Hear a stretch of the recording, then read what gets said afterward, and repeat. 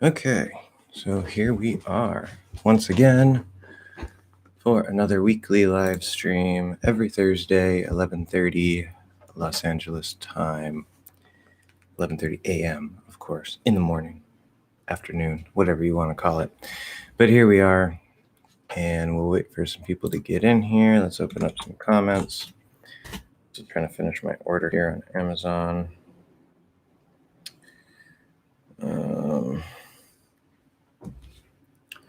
Let's go to comments. Okay, bring this over here. So feel free to say hi, ask some questions. Do you working on a new video right now? Shipping, yes. Card.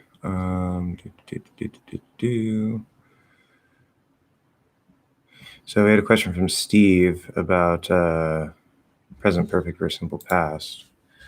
Hello, Daniela. Hello, Gabriel. How are you two doing? I'm pretty good, I guess.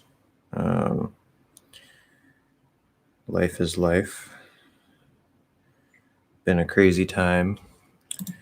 Goods and bads, ups and downs, but you know, it is what it is. Yes, that's the right card. Continue. Okay. So that is done. And you guys have any questions? Hope you are well and all that on your end. Busy morning. Sad face. Oh, because ups and downs. Yeah, there are things happen. It's okay though. Don't worry about it. So Steve asked this recently in a comment. Can you think of a context which you've lost would not be interchangeable with you lost? Because remember, I've mentioned this before, that there are uses of the perfect tenses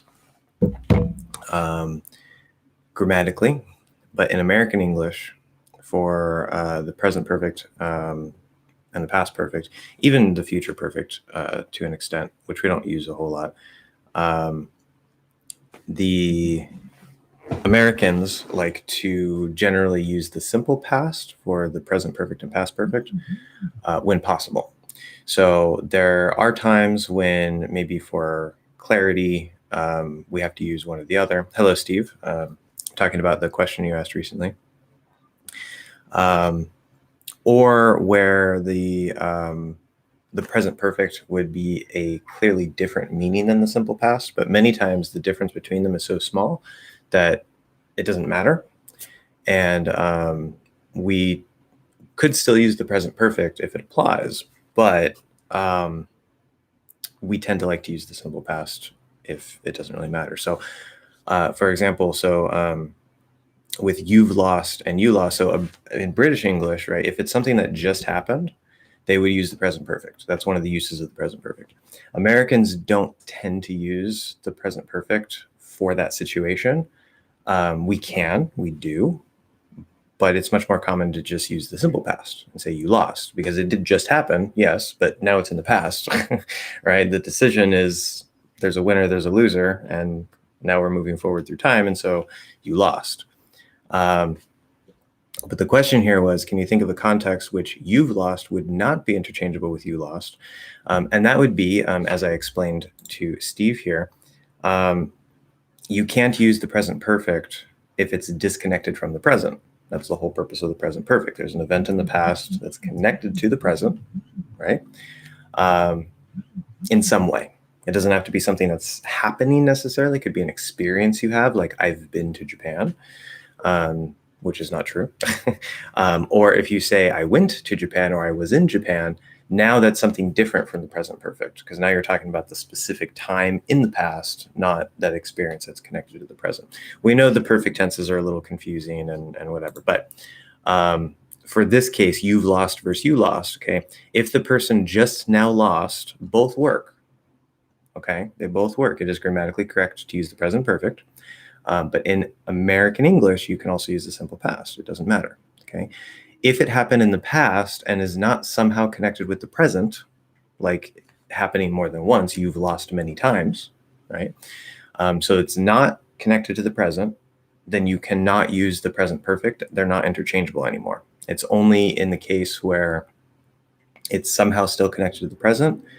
For this situation, you've lost or you lost, then you can use both. They're interchangeable. Otherwise, you have to use you lost talking about a past event. And I know that can be kind of confusing. It's a problem. I'll be talking about the future tenses in the future lessons. I don't have a lot of grammar videos yet because I've been doing the pronunciation course mostly. But anyway, Gabriel, sorry if I don't make a lot of questions. This vaccine is really knocking me out. Oh, okay, so you got the vaccine. Yeah, I went through that. I held out for a little while. So help to hold out, phrasal verb, meaning to wait, or to sort of refuse to do something, kind of in a way. So I held out for a while because I wanted to see how it affected other people, and this and that, whatever. And I did eventually get it. But when I got my second dose, first dose I was fine.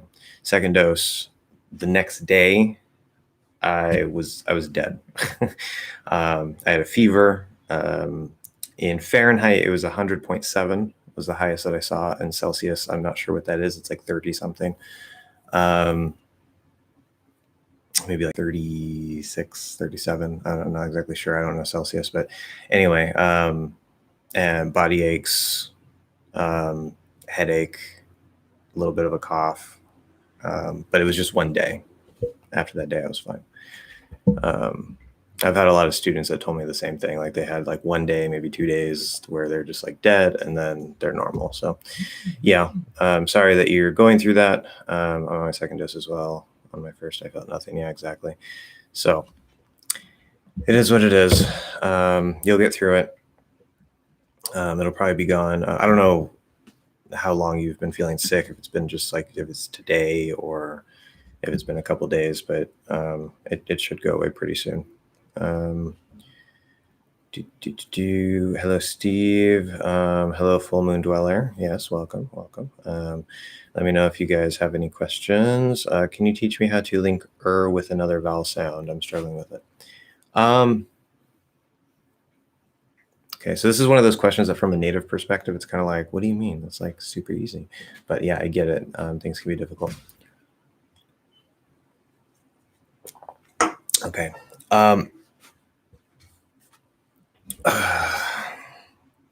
One second, really quick.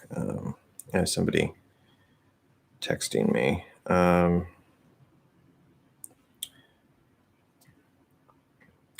Doing my live stream right now, so I'll listen to your message later. Not sure what the pictures are for, but haircut. Yeah, you got a haircut. Looks good. Anyway, yeah, I'll talk to you later. I'm going to my grandma's later, so it might be after like 4 or something, but I'll probably respond once I'm done with my live stream here. Anyway, so okay, so linking with another vowel sound. Okay, this is I think I've talked a bit about this before. Maybe not specifically with linking. I know I've mentioned it in I think it's the 4 big exceptions to the 4 general rules. And I probably haven't touched on it too much outside of that, but okay, so let's say we have power and up, right? Power up. Okay. So if we do, we're going from okay, power, So there's that sound. And you're just going to flow into the next vowel. Remember, I sometimes forget the exact numbers that I use, but the 4 general rules, I think it's general rule number 2. Vowels never connect to vowels. And there's a little asterisk, there's a little star. They never connect to vowels. but they flow into each other, right? Because they're just open positions. So if I go from, I don't know, to like, do we end a word in I don't know. Let's do, okay, let me think. If I go from like saw, to so I saw a man. Okay, saw. I just go from that position into the way that most people use the term linking, that they would say that, okay, they link together. I like to use linking and flow as two different terms, so that's clear. So whether it's a consonant or a vowel, and whether you're going consonant, vowel, vowel, whatever, like whatever we're talking about, if something links or connects in a special way, it does flow, right? But just because something flows doesn't mean that it links. And I know some people hate that distinction because it can be kind of confusing for some people, but I think it can be useful. Hello, David.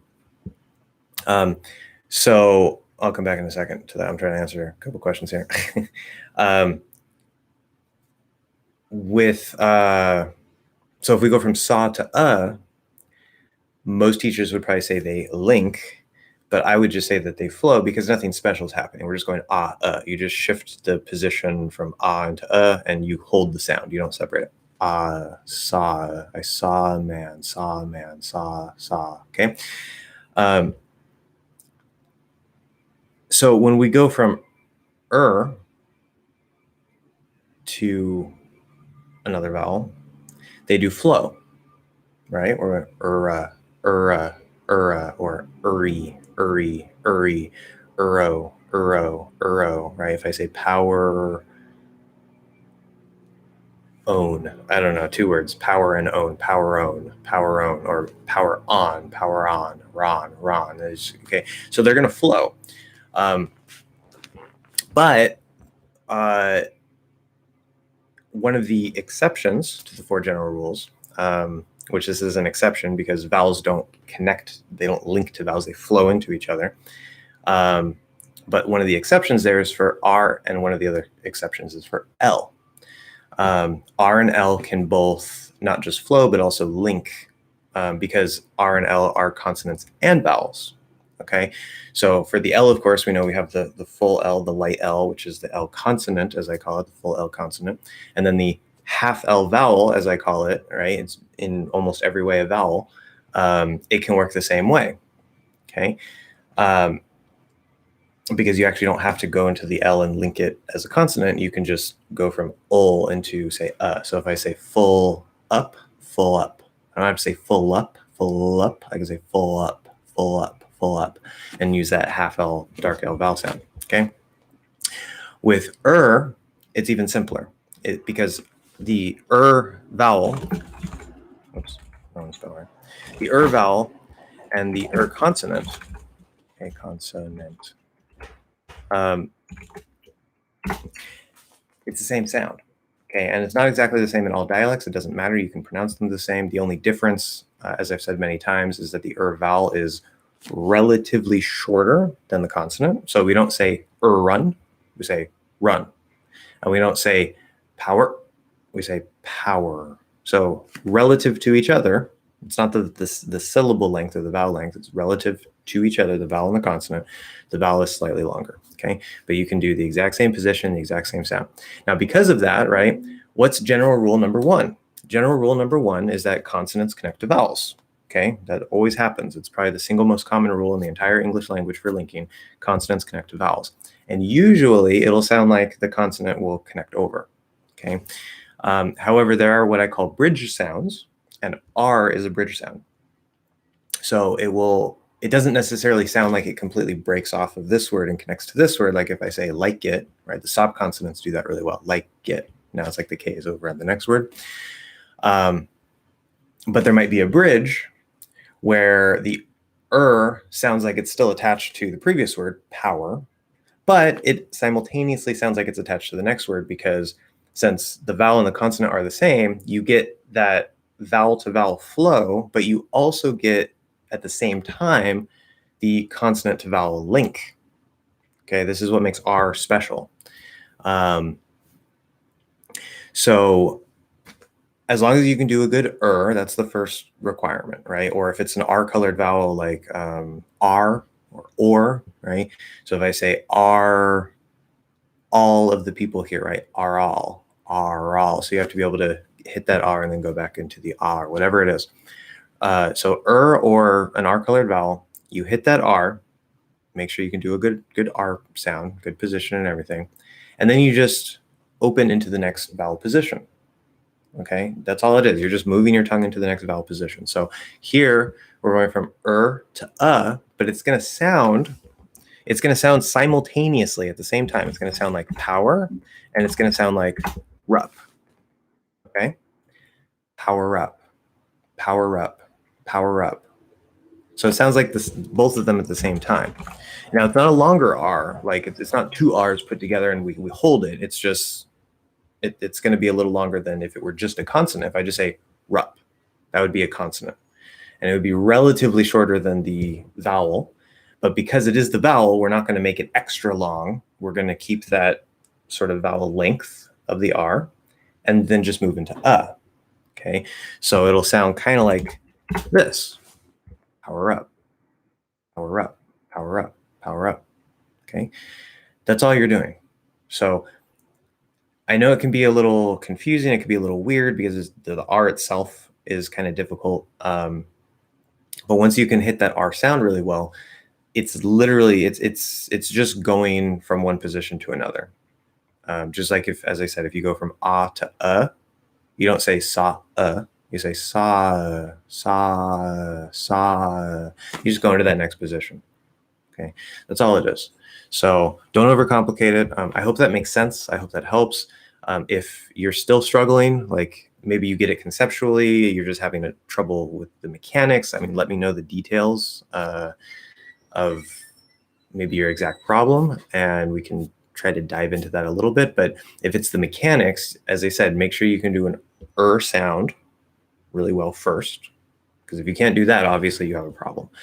And then obviously you have to be able to do the next sound. So the schwa is kind of hard. Maybe going from to might not be the best thing to practice with.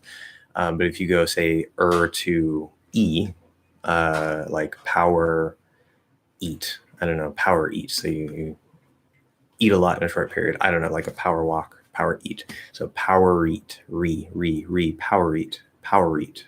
Okay. And whatever it is, just make sure you can do the first vowel well, the second vowel well, and then focus on the transition. That's part of the building blocks. Okay, not just for linking, but even inside of a word, going from sound to sound to sound, you have to make sure that not only can you produce each sound, p, ow, p, right? We'll probably stop the p there, power up. So it's not just being able to hit each sound. It's okay, can you go from p to ow? Can you go from ow to Can you go from to And that space in between is just as important to be able to practice physically in your mouth as hitting each individual sound. Okay, it's part of the building blocks. The bottom of the upside down pyramid that creates spoken language starts with the basic sounds, and then those basic sounds start to link together, whether inside of a word or between words, it doesn't matter. They start to come together in syllables, right? Even if that's just one sound, like right? Like a car, it's just sound it's a one word, right? Usually words aren't just one sound, one syllable, but those syllables will then start forming into words. So ca is not a word, it's a syllable, but cat is a word and a syllable. But now it's three sounds. Okay, so now you linked three sounds into a syllable, which also happens to be a word. And then, of course, we go from word to word. So we go up to the phrase and sentence level. So the cat is big, right? And then you just have to keep stringing those sounds together, flowing from sound to sound to sound to sound to sound through the whole language. And then, of course, we get the rhythm and the stress and all the other stuff. But at that basic lower level, it's not just getting the sounds themselves. It's can you move from sound to sound, whether it's inside of a word or between words. So hopefully that helps. Okay, Gabriel, is there any difference between misconception and assumption? Yes, there's a very big difference. an assumption could be a misconception, I guess. Misconception is, think about it. Mis is a prefix we have to mean like wrong or incorrect or, not accurate. And then conception, right? In this case, we're thinking of a thought, a concept, right? So conception, conceptualize, right, is the verb to make something into a concept or an idea. So a misconception is a false idea, right? So a common misconception, right, might be, I don't know. Let me talk about things I know. Okay, so veganism, right? Because I'm vegan. It's an easy example, and I'll just use that really quick. So it's a common misconception that you can't get enough protein on a vegan diet, right? You can. It's not really all that hard.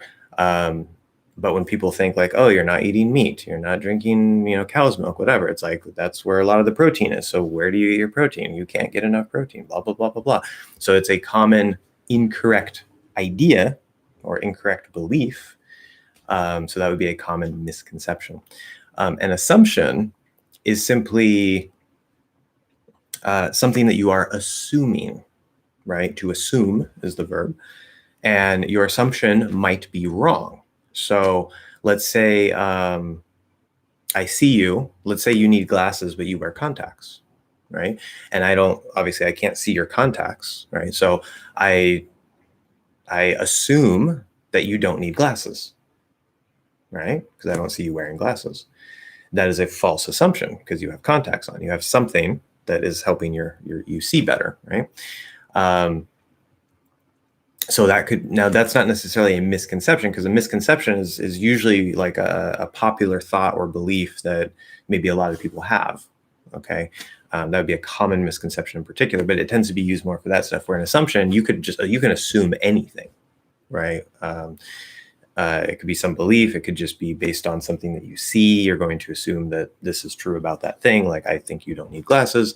So it's just like an individual thought based off of, or thought or belief based off of some particular thing, rather than a misconception. Usually is something that's bigger, probably more widespread. It's like a common thought, a common assumption, right? A misconception might be a common assumption that is wrong. But an assumption by default is not necessarily wrong, right? So like I could maybe, with the contacts, maybe I see that you have a case to hold contacts, right? And so then I would assume that, or actually, no, let's make it simpler. Let's see, I see that you have a pair of glasses. Now I assume you need those glasses because you have this pair of glasses. You're not wearing them right now, but you have them, okay? Now I might also say, well, if he has the glasses, but he's not wearing them, maybe they're not his glasses. Maybe he's holding the glasses for a friend because his friend, maybe your friend forgot their glasses at your house, and that's why you have them, but you don't need glasses. So I could assume that you need glasses because I see you with glasses, or I could assume that maybe you don't need glasses because you're not actually wearing them, and I assume they're for someone else. Okay. Either one of those could be right or wrong, depending on what the truth is. Okay, but it's not a misconception. It's just something I am assuming based on some evidence that I see. Okay. So yeah, I can see how they can be a little confusing between each other, but they're not the same. So my assumption could be right, where a misconception is not right. Okay, that would be the biggest difference. David, the second poke seems to be the toughest one to recover from what I've heard. Yeah. Nice use of poke there. Yeah. Some people are probably like, poke, what the heck? What? Who's poking? What's going on? Very nice. Full moon. Okay, when we talk about cut merger, we are saying these two merge into that, but as in point. Oh, wow, there's a lot wrong here. Okay. Still there, never be merged, right? Okay. So this is one reason why I say ignore the IPA. Okay, so you have these two IPA symbols. It looks sort of like a lowercase a, and then the other one looks sort of like a backwards lowercase a. And the first thing I want to say is the difference between those two absolutely does not matter in the slightest. Okay. Just don't even worry about it. That's not even what I'm talking about with the cot-cot merger. The cot-cot merger has nothing to do with those two. It has to do with one of those. Okay, just one of those.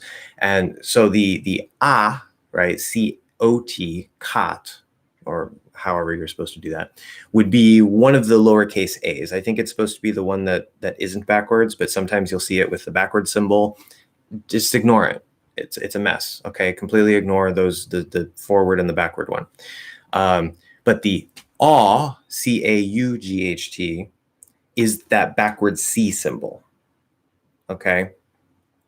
And what we do, again, the exact symbols don't matter. Okay, don't get tied to the symbols because number one, they're symbols. Okay, they point to specific sounds, and that's all they do. Okay, because we have like the letter A, but that can represent numerous different sounds in English. So the IPA is supposed to give one letter to each individual sound, but it doesn't actually quite work that way in reality all the time, especially in American English. Or the difference may not matter. So anyway, putting that aside, so we have this lowercase a and this backwards C. That's the ah and the aw. Okay. The backwards lowercase a, ignore that. Doesn't matter.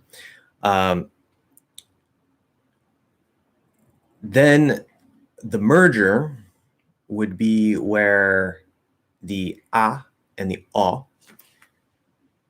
merge into one sound. So the ah is up here. Okay. Ah, ah.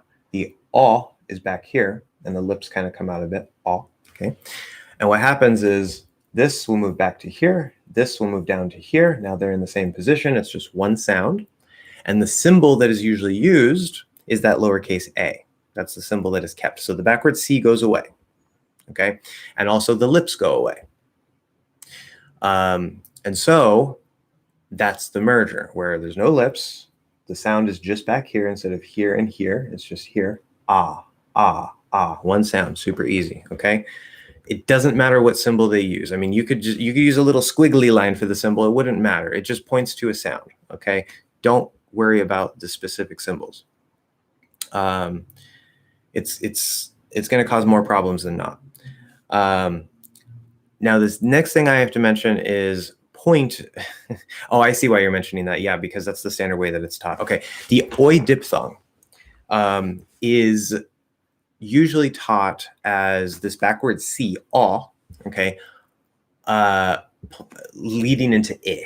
Sounds like E, but it's I, right? So it'd be like oi, oi, oi, point, point, point. Now, you can say it that way. That's fine. There are Americans who say it that way. The way that I speak and the way that I think probably most Americans speak. But again, you can speak like me. You'll sound perfectly fine, perfectly natural and neutral. Because in the cot-cot merger, because that aw, that backward C goes away, most sounds that would use aw get shifted down here. Okay, and then of course all the sounds that use ah get shifted back here. So then we have the one sound. But there's some sounds like in the diphthong oi and in the R-colored o, which is technically a diphthong or, okay, for people who don't have the merger, they have that backward C, okay, they're going to say oi and or, okay, or something like that. That's hard for me to do. It's weird. But people who do have the merger, because that backward C is now gone, what do? Very easy. We're not going to bring it down here because then it would be like pint, which sounds kind of like pint, like the I diphthong, but it would be back here, pint.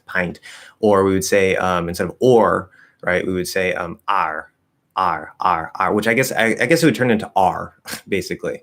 And that's a different R-colored vowel, right? It's not or.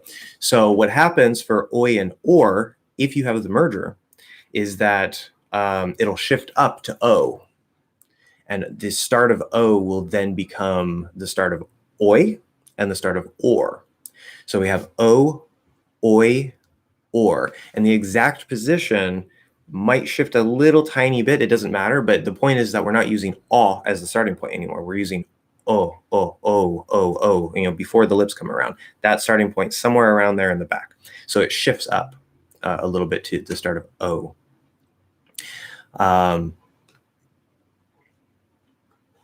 Which makes things a lot easier also. Anyway, I hope that clarifies the misconception we have here, and I really do not worry about the forward and backwards lowercase a. That just adds to the whole nonsense and the mess. Definitely, you do not have to care about that. Let me know if you have any more questions about that for sure, but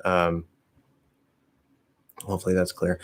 Okay, now Davin's gonna, of course, step in. I'm just gonna make Davin a moderator. Like, you're answering half the questions for me anyway, because you're so knowledgeable. Good job. I think the in point is actually closer to an O. Say exactly what I was saying, without the U, yeah, or without the What I do for the merge vowel is unrounded back. Yeah, okay. Some rounding may be present in words where is followed by an L. So when it's L colored, all, ball, call, fall, halt, but it's not a requirement. Yeah, I would agree with that. That's okay. At least that's what I gathered from Josh's answers during lives. Yes. More or less, essentially good. Do you pronounce, I think that's spelled wrong. Quarantine. Okay, good question. So fully enunciated, this word would be quarantine. So quarantine. Now notice I say quar. Some people will say quarantine, especially if they have that unmerged aw. That would become more like quarantine. So this is another thing that the merger might affect. You could just do an or, quar. So it's not core necessarily, it's quar, where there's like a KW instead of just KO. That's fully enunciated, quarantine. So there's 3 syllables. We're going from quarantine. However, that's just fully enunciated. It is very common to sort of reduce that and not say it as clearly and sort of reduce it down to quarantine. So you can say quarantine instead of quar. You can drop that W part. Quarantine, that's fine. And you can even reduce that even more, make it into 2 syllables, quarantine. So yes, it would be kind of like quarantine instead of quarantine. So it's just like a less clear, easier, faster way to say it, but that's not the correct, fully enunciated way to say it.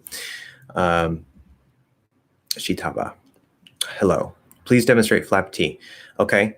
Well, it's kind of hard because you can't see inside my mouth. First, I will clarify that there is no flap T. Okay, in American English, at least, there is no flap T. It is a flap D. Many teachers call it a flap T, right? If I say better, not typing. If I say better, okay, most teachers will call it a flap T. And the reason they call it a flap T is because it's spelled with a T. I think that that is a horrible way to teach, and it is very misleading and confusing because the sound, the actual sound, we always want to focus on the sound, not the spelling. The actual sound that is created is a D sound. Okay, it's a flap D. So if I say, so this is not a word. Okay, B-E-D-D-E-R, it's not a word. But let's pretend it is a word. So we have B-E-T-T-E-R and B-E-D-D-E-R. These would be pronounced 100% exactly the same. We have be, a flap D into better. There's no difference, absolutely no difference. Same thing here. We have writer and writer. They're pronounced exactly the same. Okay, one spelled with a T, one spelled with a D.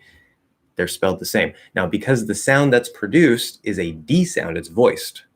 It's really hard to do in isolation because we don't do it in isolation ever. But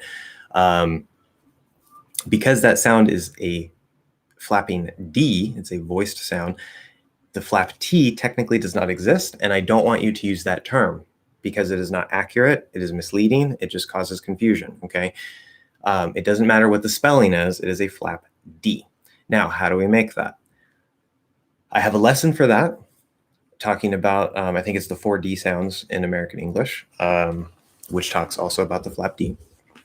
There's a full range here. I've talked about the range before as well in the lives. I'm not going to go down and break all that down because that's not necessary here. But a full normal D touches up here. Okay, we make solid contact. You're not touching your teeth. This is your teeth. Right? Here's the top of your mouth. There's a little bump here.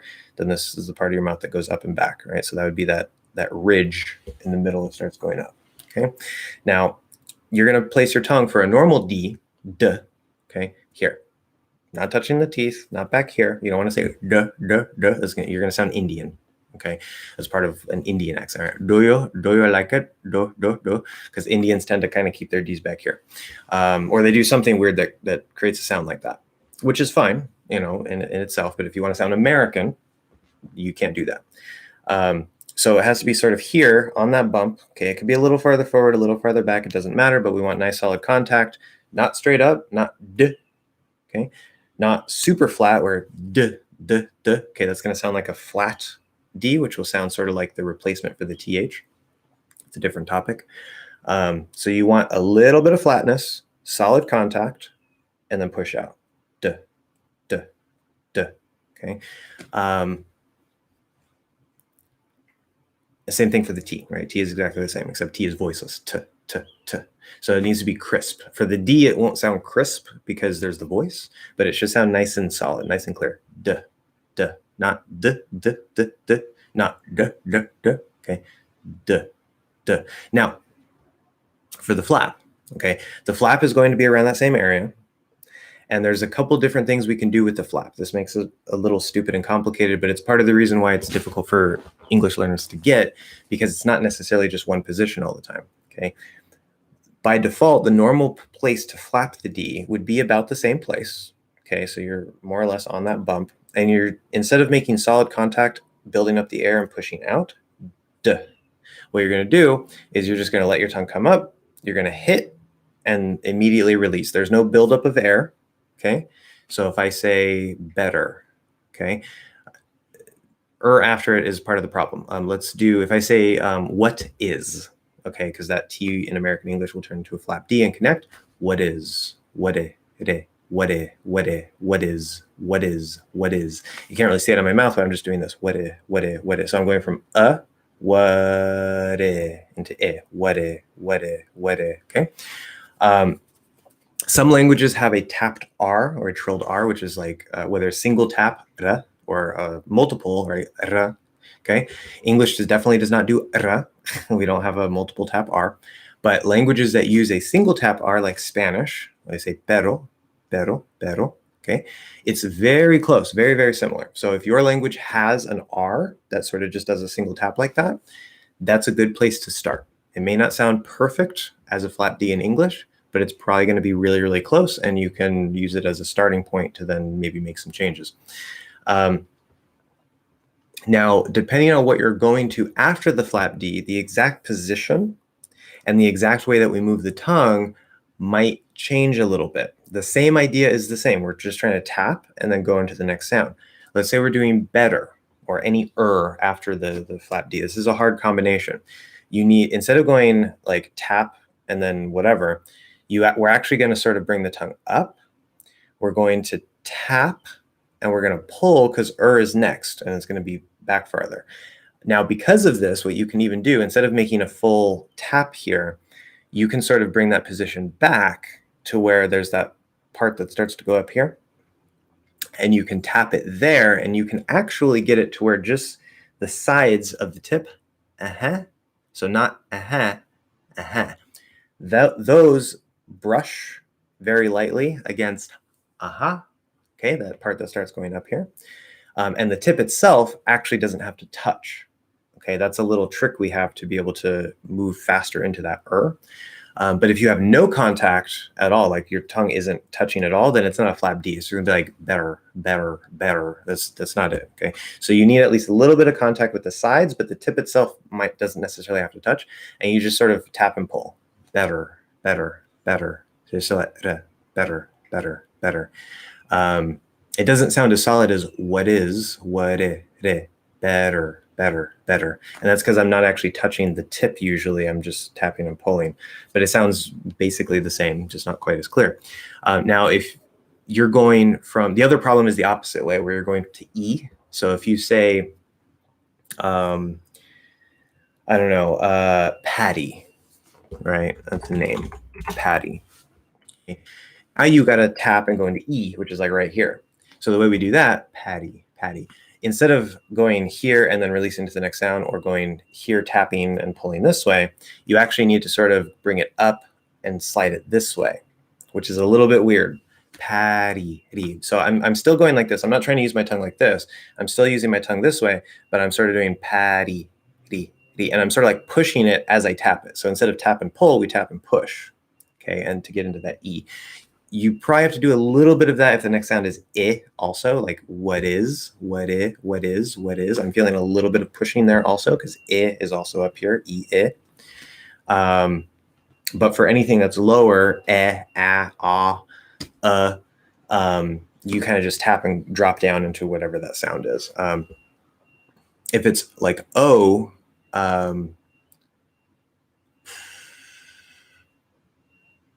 we have a tap flap D into O. Anyway, it doesn't matter. You get the point, right? Depending on what's after it, you might have to sort of tap and pull or tap and push.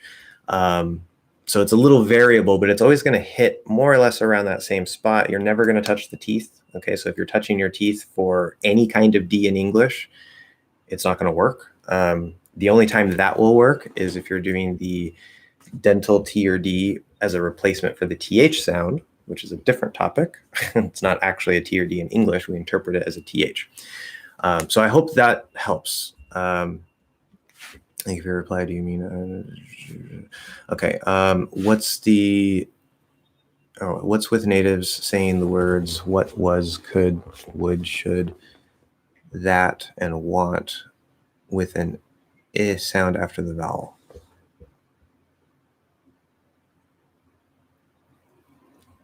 What, was,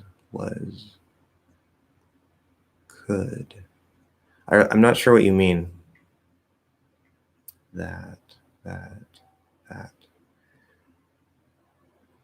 Want. I don't want. What do you want? I can kind of see maybe what you mean, but I'm not completely sure because I mean, like maybe if we're getting really lazy, but it's if that happens at all, it's incidental. It's something that probably has to do with, because we're going from or a up into a T or a D, or an N even. And so it's probably incidental as we go from those sounds up into that closed position. Maybe we get a little lazy and we sort of hit the I on the way up or something. It's not required. It's if you notice that, to completely ignore it. It's meaningless. It's yeah, don't even worry about it. Can you create any group or community where all the learners can get together and talk during the session? You can note down, and at the end, you can tell us what we need to work on. I don't think so. I wouldn't really know how to do that. I mean, I have a Patreon where I'm pretty sure you guys can interact there. I'm not sure. Patreon says there's a feature like that. But yeah, like these aren't the lives here, which I know some people don't like my just open Q&A structure, but these aren't like lessons, right? These are where you guys can come, you can interact with each other a bit, you can ask me questions, we can explore things that maybe I haven't talked about in lessons yet, or I can clarify things that I did talk about in lessons. And so it's just kind of open, relaxed. Yeah, you would have to go to like get an informal tutor, a cheap informal tutor on italki or something. They can sort of tell you maybe what you need to work on, and then if you have questions about that, you can bring those to me. But yeah, where are we? Stupid chat, stop moving. I hope I didn't skip anything. Okay. That is very true. Is replaced by but is replaced by oi. Exactly, David. Yes, thank you. Sorry if it's confusing. The IPA is a mess. Exactly. Also, I almost forgot to maintain the distinction. Oh yeah, there's always that little trick. Yeah, lawyer. Okay, lawyer and liar. Lawyer is pronounced as if it were spelled lawyer. Yes, by caught merged speakers. Exactly. Yeah. So we don't say lawyer, or however those people say that. It's really weird. We say lawyer. So it becomes oi. So that's one where it shifts into o, right? Where liar is I, liar.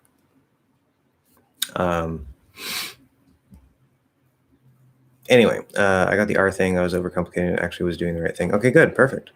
I'm glad that helps. Delio, welcome. A little late, but yes, a little late in my response. I'm behind in the chat as usual. Welcome. Steve, what's the difference between mean to do something and want to do something? Good question. So want to do something is just, it expresses a desire, right? Want is desire. It's like the verb of desire, although desire can be used as a verb as well. Sounds maybe a little more fancy, but that's the idea of want. You desire something. In this case, you desire to do something. So if I say I want to go to Japan, that just tells you I have that desire. Okay. Now, if I say I mean to go to Japan, that means I have the intention. Okay, so there's a desire and there's an intention. Now, with an intention, right, you might say there's something that you have to do that you don't want to do, you don't have the desire, but there still might be the intention, right? So the intention doesn't necessarily include the desire, but usually, right, there's the desire is going to be under the intention, right? So it's like, I want to go to Japan and I mean to go to Japan next year. Right. Now, I could just say I want to go to Japan next year. It's sort of the most common general way to express that, but it doesn't actually tell you that I have the intention or plan to do it. Where if I specifically say I mean to go to Japan next year, that specifically tells you that I have the intention, I have a plan, or I want to develop the plan, right? So it's more directed to actually do the thing instead of just wanting to do the thing. Okay, sorry, there was a typo. It should be ah and ah are actually the same sound. Ah is just add a little adjustment, lip rounding before L and R. Okay, the NT in the words like mountain, fountain is the NT nasal sound or glottal stop. Good question. So fully enunciated, right? This is the trick. I don't know. Again, I don't follow a lot of stuff from other teachers, but from what I've seen, right, they don't tell you guys the full story. And I could be wrong on that. I don't know, but based on what I've seen. So for example, mountain, fully enunciated is mountain, or that I at the end. I'm saying it with an I. Other speakers might say with a schwa, mountain, ton. It's fine. It could be an I or an But the point is that we go we go into that T, we push out, into the N, we push out the T, mountain. Okay, that's fully enunciated. Normally we don't say it that way. Sometimes we do just push it out that way for whatever reason. Like technically you can always say it that way because that's the full proper way to say the word. But if you were to say it that way, say you're talking about mountains as a topic, right? And you use the fully enunciated version like 3 times in a short period, it's gonna stand out and it's gonna sound kind of weird because again, normally we don't use that fully enunciated version. So what do? Right? We say mountain, fountain, okay? So is it a nasal sound or is it a glottal stop? Technically, it's both. And it could even technically be a held stop. But you're going to go into the end position, okay? Mound, okay? But when you get there, you're going to stop it. And that creates a T. Because remember, N and T are the same position. So if you go into N and you stop, if you have a little bit of an N first, then it'll sound like N plus T, right? If it's a voiceless stop. So mount. And of course, we're not going to hold the N and then push out the stop. They're going to kind of happen together, but mount. mount. So really, you actually don't have to do the N at all. You can just say mount. Like I'm not bringing my tongue up. Mount. Mount. Okay, my tongue is just right there. And that's going to be okay, especially because, remember, as I talked about in I think it was the truth about the a before N or M, all vowels before N or M will have a slight nasality, okay? A slight nasality. They're not nasal vowels. They're not saying mao, right, like in Portuguese or something. We're saying mao, but there's a little bit. If I try to cut off all that nasal, if I can, let's see. Mao, mound, instead of mound. So you might be hard to hear. For a Portuguese speaker, it might be a little easier to hear, but there's just this little bit of relaxing that's kind of just a tiny bit going through the nose. And that's enough for us to hear the end there, and you can just do the glottal stop and it doesn't matter. Mount, okay? Then from there, what we do, mountain. Yeah, so we're not going to like release that, open the stop and say in or un. That would be weird, like mount in. It sounds disconnected, like it's two words, okay? So what we do instead is after we go into that position, okay, we stop the T. You're gonna let that last syllable, what would be in or un, you're just gonna make it an N and push it through. So it would really be like mount, or stop the T, and then This is called a syllabic N. Okay, it's called syllabic because usually a syllable is based around a vowel, but in this case, after that stop, we push out an extra sound, which is an N sound, with no vowel. So we're going straight from a glottal stop T into an N. But that is separate after the stop. It's not like part of the same syllable, right? The first syllable is mount, and then we just have this n after it. So it's a syllabic N that's being used as a syllable without a vowel, okay? Mountain, fountain. So it's a stop plus a nasal, okay? And it's actually two parts. So hopefully that answers that. Is there any difference between the expressions phone it in and dial it in? Ooh, interesting. Okay, these are a little less common. I want to say yes. Phone it in, dial it in, phone it in, dial it in. I think, off the top of my head, I could be wrong here. I think they can mean the same thing. But what I want to say is like how it feels to me. Phone it in is usually more like maybe you're going to stop something. Like throw in the towel, kind of. We say like to give up, like I'm done, whatever. Where dial it in, I would think of dial it in more like to dial something in is like to focus in on something, right? So if I don't know if you're playing a war game and there's a sniper, right? You might like look in the scope and like you're trying to dial in your target, right? Or you wouldn't say I'm trying to phone in my target. Like that doesn't make any sense. So yeah, they can definitely be used with completely different meanings, but I think they can also be used in the same way. I'd have to look it up to be sure. These are less common phrasal verbs that I'm just going off the top of my head. But if memory serves me right, Rachel from Rachel's English once said these expressions are different, but it seems some people use them interchangeably.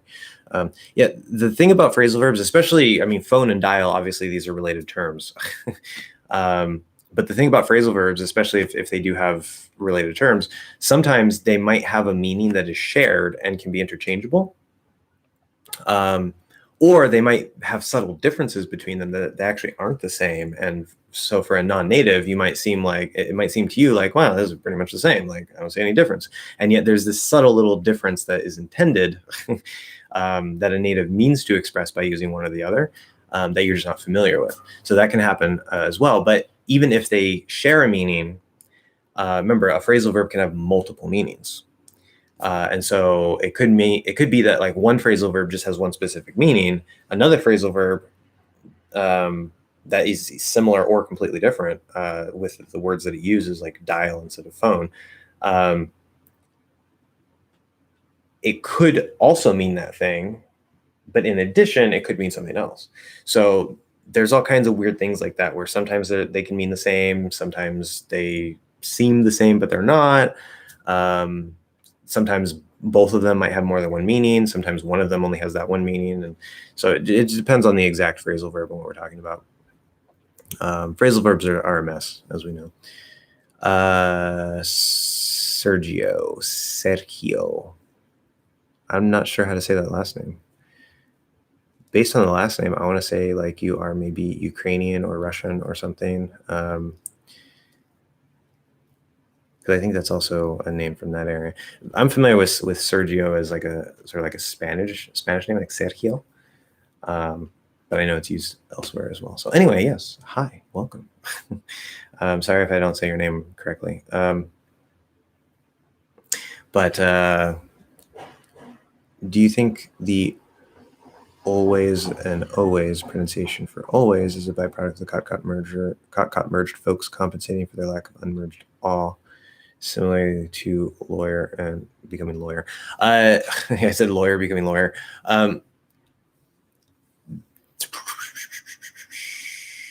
I don't think so, no. Maybe it could be, but I'm pretty sure I've heard people with or without the merger who still use that. Like this it's just there's variations of saying that word always. And I've heard people all across the country use multiple versions of that same word, like in their speech in the speech of one speaker. I'm pretty sure I've heard some people who don't have the merger also do that. So now that could be maybe some reverse feedback, like maybe it started with people who have the cot merger, and then over time it started to affect people, without the merger. And so now it's just everywhere. Maybe that's how it developed. I don't know, but yeah, I don't really have an answer there. I know you can use the merged and say always or always as well, but I'm curious to hear your thoughts. Yeah. It is what it is. I don't know. It's similar to the Spanish R.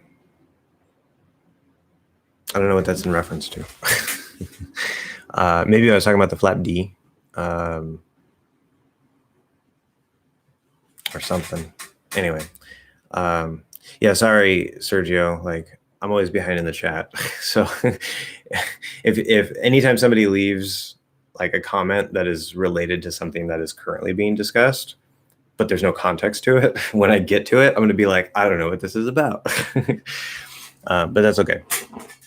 Is it possible to master 2 accents in one language, consider language being your native one or a second one? Yeah, it's completely possible. I mean, it's easier if you have some talent.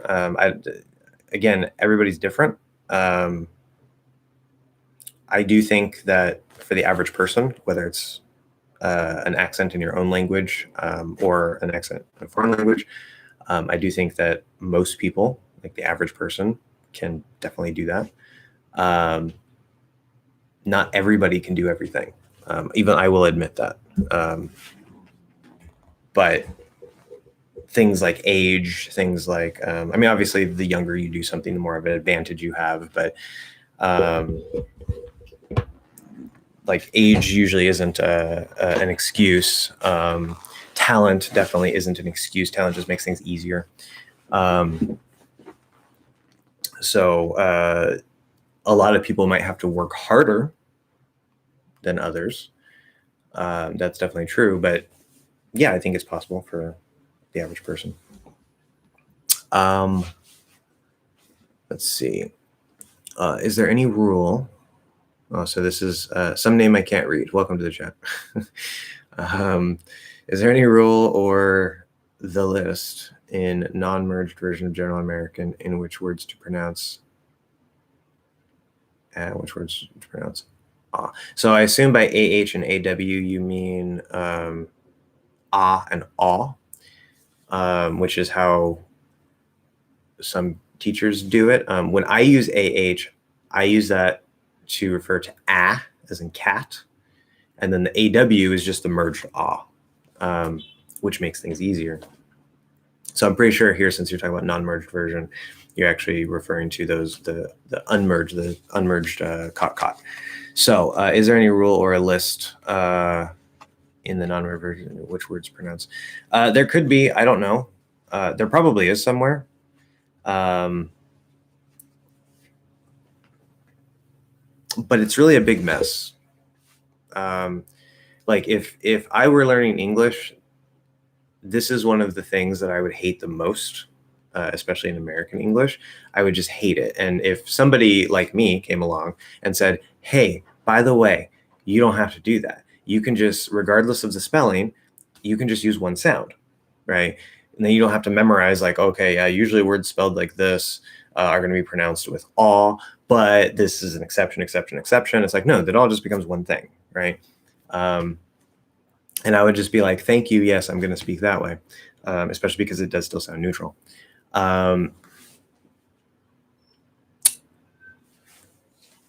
But for the non-merged stuff, I know the basics of it because obviously I have to talk about the comparison between the merged and the unmerged version. But you could probably Google and look for, versus aw, maybe use the IPA symbols or something, like list of words using versus aw or something like that. And it'll probably tell you. But as far as I'm concerned, I would encourage you to use, which you don't have to, and you can use whatever you want, but I would encourage you to just use the merged and not have to worry about it. You do it all the time when you say but. Okay, so Finn's last comment, I believe, was related to the adding the extra but. I have no idea what you're talking about. I'm not adding an there. That would be like but.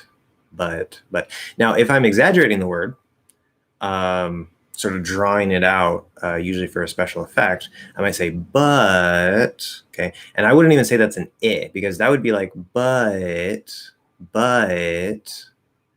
okay? So like maybe there's like a slight little hit towards the but I'm definitely not producing an sound. Like I'm not adding like a solid to that or anything. So yeah, I don't know. Again, even if I do that, let's say maybe I'm just not aware of it, and maybe I do that sometimes, or all the time, apparently. It's, again, incidental. It's completely incidental. It's not supposed to be there. You can ignore it. You don't have to do that. So it's a moot point. It doesn't matter. God Frieza. Cool. Yes. I'm right here. Yeah. Goku. Yeah. I win. Please, could you clarify why skate sounds like skate? Okay. School sounds like school. That's about these G sounds. Okay. Yeah, this is a good question.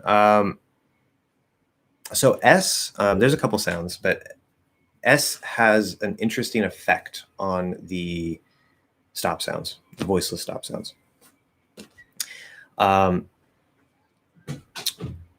And there's a short, easy version and a little bit longer, kind of more complicated version. Since you're asking this question, I'm going to give you the full version, but I'm going to try to keep it kind of short.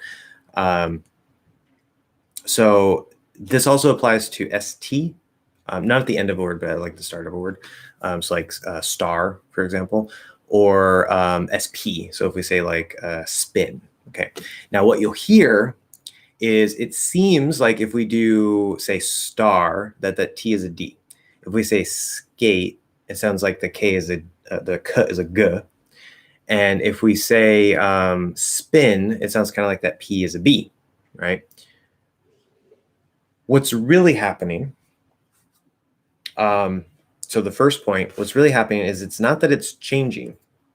It's that due to the nature of some sounds, such as the S, and again, I think the S is probably the single biggest one that does this. Right, S is it's voiceless, and it has a nice, good right, and it sort of takes all the attention of that voicelessness, right? And then what we do is say we go into the K sound. So it would be, we're not going to say skate, right? That would be, to make it a nice clear K, we have to actually push out extra breath, and now it just sounds too breathy. It's like you're saying the word in a very forced, artificial way. Skate. I want to skate. Okay. So what's actually happening, it's almost as if the k, like if I say Kate, you can hear that breath, right? Kate. That sort of gets sucked up by the S, right? And so now there's not really much breath left for the K, because we're not going to push that breath through the K. And so it almost like it gets sucked into the S, and then the K just kind of, we go into the K position and go into the next sound. This is actually very similar to the weak version of these voiceless stop sounds. So for example, if I say picky, okay, now a strong K, we're going to hear the breath, k, k, k, kiss, kick, climb, right, whatever. Now if we do picky, picky, picky, picky, it almost kind of sounds like a g in a way. Now if I change it into a g, it would be piggy, piggy, piggy. Okay, and that's because of the shifting of voiced I into voiced g. We keep the voice, where with picky, even though we're not using as much breath, there's a transition in the voice of I to the voicelessness of k that makes it sound very slightly different. But when that K is not strong, it's at the start of an unstressed syllable, because there's not as much breath, it can kind of sound like a g, like it's voiced. Okay. But it's not. It's a weak k. There's a difference between the weak k and g. Same thing with P and B, right? If we do happy, happy, happy, happy, it almost kind of sounds like a B. But if I do a B, it would be happy, happy. So there's a little bit of a difference there. And if you just listen to it in isolation as an English learner, you might be, that kind of sounds more like a B to me. But you compare it to what would actually be a B, and it's not. Okay. So they just seem kind of similar. When we have the SK, SP, or ST combination like this, a similar thing happens. Basically, the K, P, or T will become a weak version because the S is sort of sucking up all that breath into itself in a way. It's weird. I hope that image works. It's like a vacuum that sucks the breath out of that K, P, or T. And then we just get the weak version, which sounds similar, but is not the same as the voiced version. So skate sounds like skate, skate, skate. Now, if I try to do a g, skate, skate, skate. If I try to do a k, skate, skate, skate, skate. Okay. For clarity, you can push out a little bit of extra breath to make it clear that it's a k. Not a lot. Skate, skate, sk, sk, sk, not sk, right? And sometimes we'll do that. But in real actual speech, okay, especially if there's not a word, like S plus gate is not a word. So we're not going to confuse it with something else. But in real life, what happens is, technically speaking, the k, p, or t after the S at the start of a word will sound kind of like the voiced version, the g, b, or d. It's technically not, but they're so close that it doesn't actually matter in real speech. Okay, so we don't need to get so technically accurate here and say like, well, no, it's a K, and do it as a K, and it's like, okay, well then I say skate, and then you just sound weird. They're close enough. If you do a weak g in skate or school, it's going to sound perfectly fine if you just replace it with a weak g. Even though it's technically not what it is, they're so close, it's going to sound perfectly fine. Okay. In fact, most teachers will tell you that the K actually is a g, or that the P is actually a b in these cases. And I know for a fact that I think Rachel's English, at least for the ST, she will specifically tell you it's not a D, right? I don't know what she says about the K and the P. She probably says the same thing. And I agree with her on that. But in my initial lessons, when I think I talked about this for like the ST and the T lesson, I was a bit more on the technical accurate. I was like, yeah, it's not actually a D. It just sounds kind of like a D. Since I published that lesson, I've changed very slightly how I teach this because I've played with it more, I've listened to it more, I've thought about it more, and I've realized that if you do a weak version of the voiced sound, g, d, or b, it's going to sound perfectly fine. It doesn't matter. Okay, as long as it's a weak version. You don't want to say gate or school, right? Because even then I'm changing the S to a Z, like school, right? It's not going to be right. Okay, so there's a little balance, but make it easy on yourself and just make it a weak voiced version instead of trying to push out a perfect weak voiceless version like the K or whatever. So hopefully that makes sense. As I said, that's sort of the long answer. But yeah.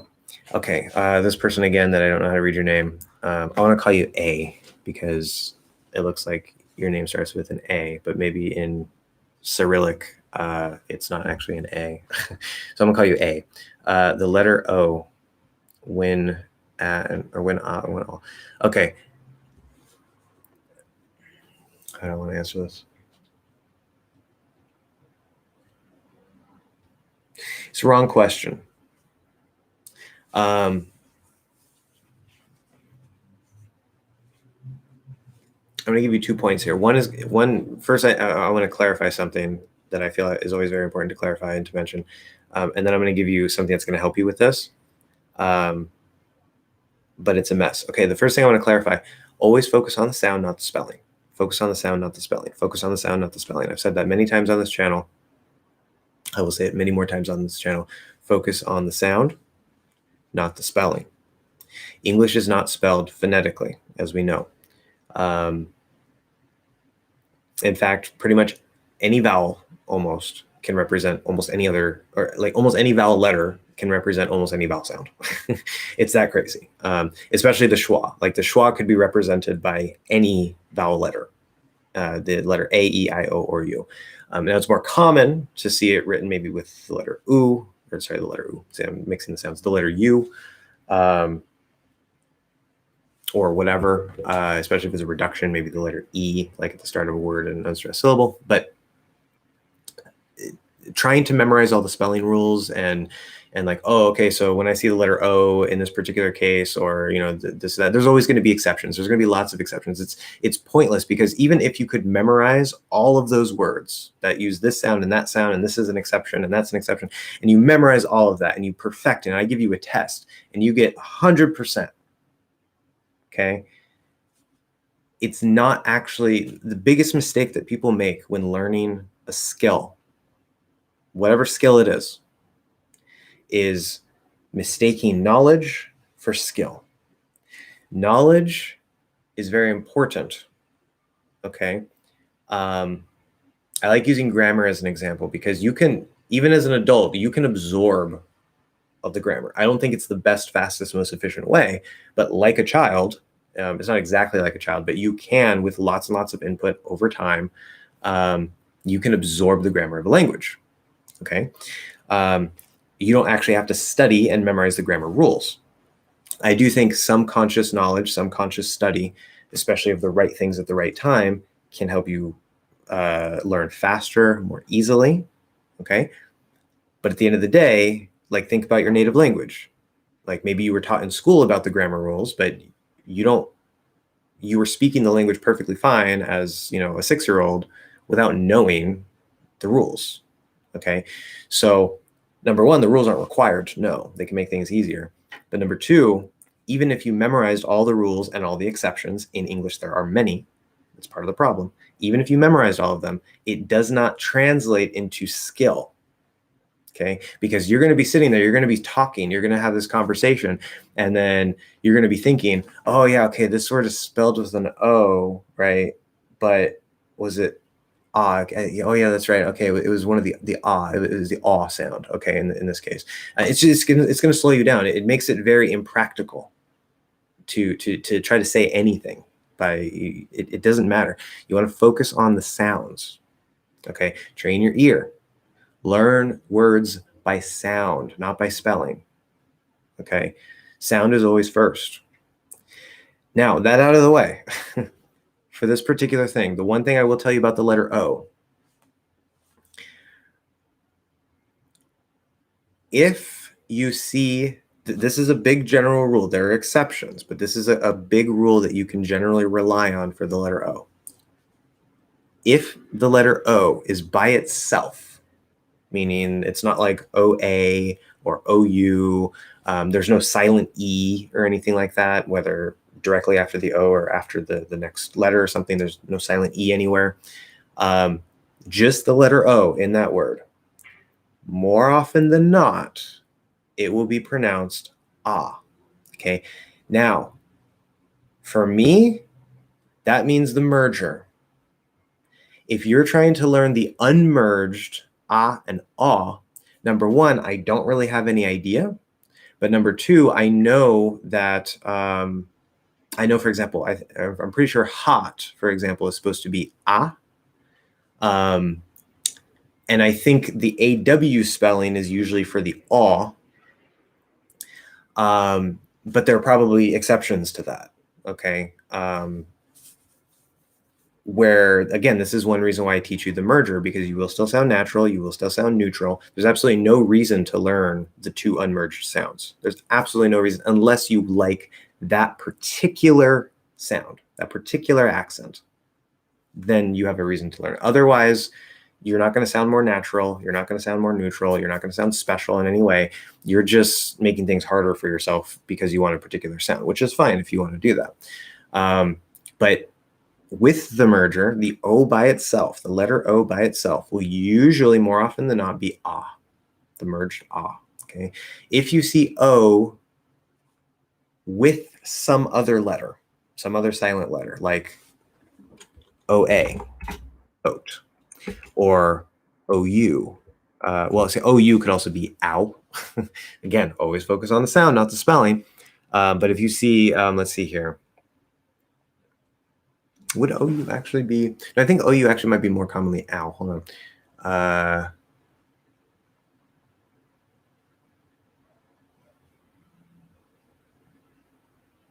Yeah, I can think of OU words right now. I'm sure they exist, so ignore that part. But if it's O with a silent A, okay, that should always be O.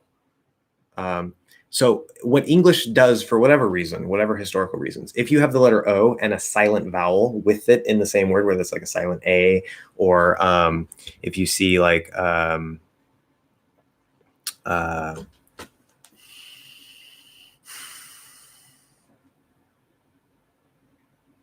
yeah, it's such a mess. The more I think about it, the more it's a mess. Because like OW is usually ow, but it could also be O. That's like own, right? It's actually not ow in that case, it's O. So the spelling is a big mess. But the main point here is, if you just see the letter O by itself and you use the merger, more often than not, it's going to be ah. Not always. Sometimes it will be O, like in notice, right? Or whatever. But sometimes the O is also a schwa, of course, like in police. Okay. Focus on the sound. That's the point. Anyway, probably not the answer you want to hear, but that's literally the best advice I can give. So I am way behind. Okay. How do you pronounce this person? You pronounce it evil. That's how you pronounce it. Hillary Clinton. I was just wondering, because this doesn't have the same amount of, yeah. Okay, so again, this is another good point. Don't focus on the spelling. Don't focus on the spelling. Clinton, mountain, Clinton. It's the same. It's exactly the same. The spelling is different. It doesn't matter. Okay. If I fully enunciate it, Clinton, mountain, Clinton. It's exactly the same. It's just spelled differently. Focus on the sound. Focus on the sound. The rule of thumb is that whenever O is surrounded by consonants, it's thought of as a short O. Okay, there you go.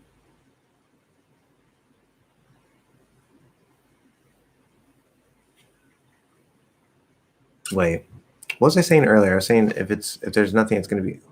Did I say the right thing earlier? See, these rules confuse me, guys, because there's so many things. Yeah, okay, I was saying the O by itself is usually ah. Yeah, okay, so that's right. So then when you merge it, you don't even really have to worry about it. But yes, apparently what I was trying to say about the unmerged ah sound, which again, as David knows, the short O is horrible terminology, because now you're associating the letter O with the sound ah and calling it a short O when it's not even an O. It's not any kind of O. It's ah. Okay, even if it's the unmerged ah, that's not O. So it's, I hate long and short terminology. It's stupid. I don't know, but I think I once heard no. Washington. It's not Washington. Washington. No, that's not going to work. I can't imagine anybody saying that. Like, they must be from some weird place. The unmerged ah is usually found in words containing AW or AU. As I was saying, a law, flaw, caught, not, pause. Washington. No, there might be some people who kind of say it that way. To me, it sounds a little bit Washington, like, which this probably isn't accurate. I imagine that coming from somebody who speaks more like the African American vernacular or whatever, possibly. I don't know how accurate that is. Maybe some other people do it. I don't know, but I would never think to say that word that way. The problem is that certain words that look like they'd use are actually pronounced with the unmerged ah. Dog, fog. Yeah, and see, to me, I have no idea. Like, they're just all ah to me. So that's why I can't answer that question very well. But yes, David, exactly. There are exceptions, as I said. Exceptions. Focus on the sounds. But at least those words are easy to spot because they'll end in a G, like gone. Also uses the unmerged ah. Your best bet is to always check the dictionary. Or not, because the dictionary is a horrible source of pronunciation information. But if you know what to look for, yes, it can be useful. Do if you were and if he were sound different? Yes, when they're not enunciated. Okay, so let's see here. I need a sentence here. If you were happy. Okay. If you were happy.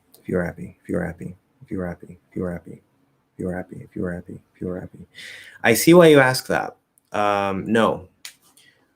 Perhaps if we get really, really lazy, I guess maybe they could possibly sound the same. But the key difference here is in you, there's oo, which, if you were happy, could reduce to a schwa.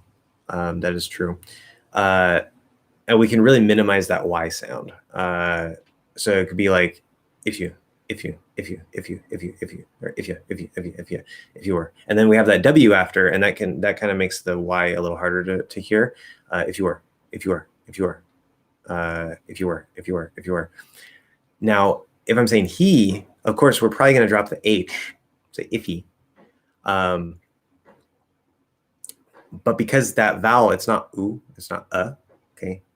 If you were at that speed, it's kind of harder to hear, but it's still an E. Maybe that he could fall down from E to I in fast speech, like if you were. That's kind of almost sounding like if it, where we're dropping the T. So it kind of depends, but speed can break things. I would say that even at fast speed, unless we're being really lazy, even at faster speeds, that little key difference in the vowels between the oo or the E would be what allows us to hear the difference. And it's super small, super hard to hear, but I think that would generally remain intact for us to hear the difference. Anyway, another Cyrillic name. I don't know how to pronounce your name. Maybe I should try. I don't even know what these letters represent. So based on English speakers' perspective, I'm going to say seprenye. Maybe I said a bad word. I don't know. Sorry. Hi. How to properly say hanging, singing, any tricks or just practice? By the way, you use the British spelling of practice with an S at the end, which is fine if it doesn't matter. But the American spelling would be a C at the end. Although I think Canadians also use the British spelling usually. So I guess if you're focused on Canadian English, it works. Anywho, how to properly say hanging, singing? Very easily, actually. There's a trick here. Now, there's two kinds of speakers in American English. There's people who pronounce ing. Now, okay, God, I always feel like I have to lay everything out on the table every time to make everything clear, because otherwise somebody's going to get confused. I have a lesson talking about the ing sound. It's called the ing hack. Okay, you can go watch that if you haven't watched it already. But to give you sort of a short version here, ing, if it's a core part of a word, okay, so ing, like sing, king, ring, thing, okay, it's a core part of the word. All speakers will use okay, what I call the back N. So it's written the IPA where it looks like an N with a little tail.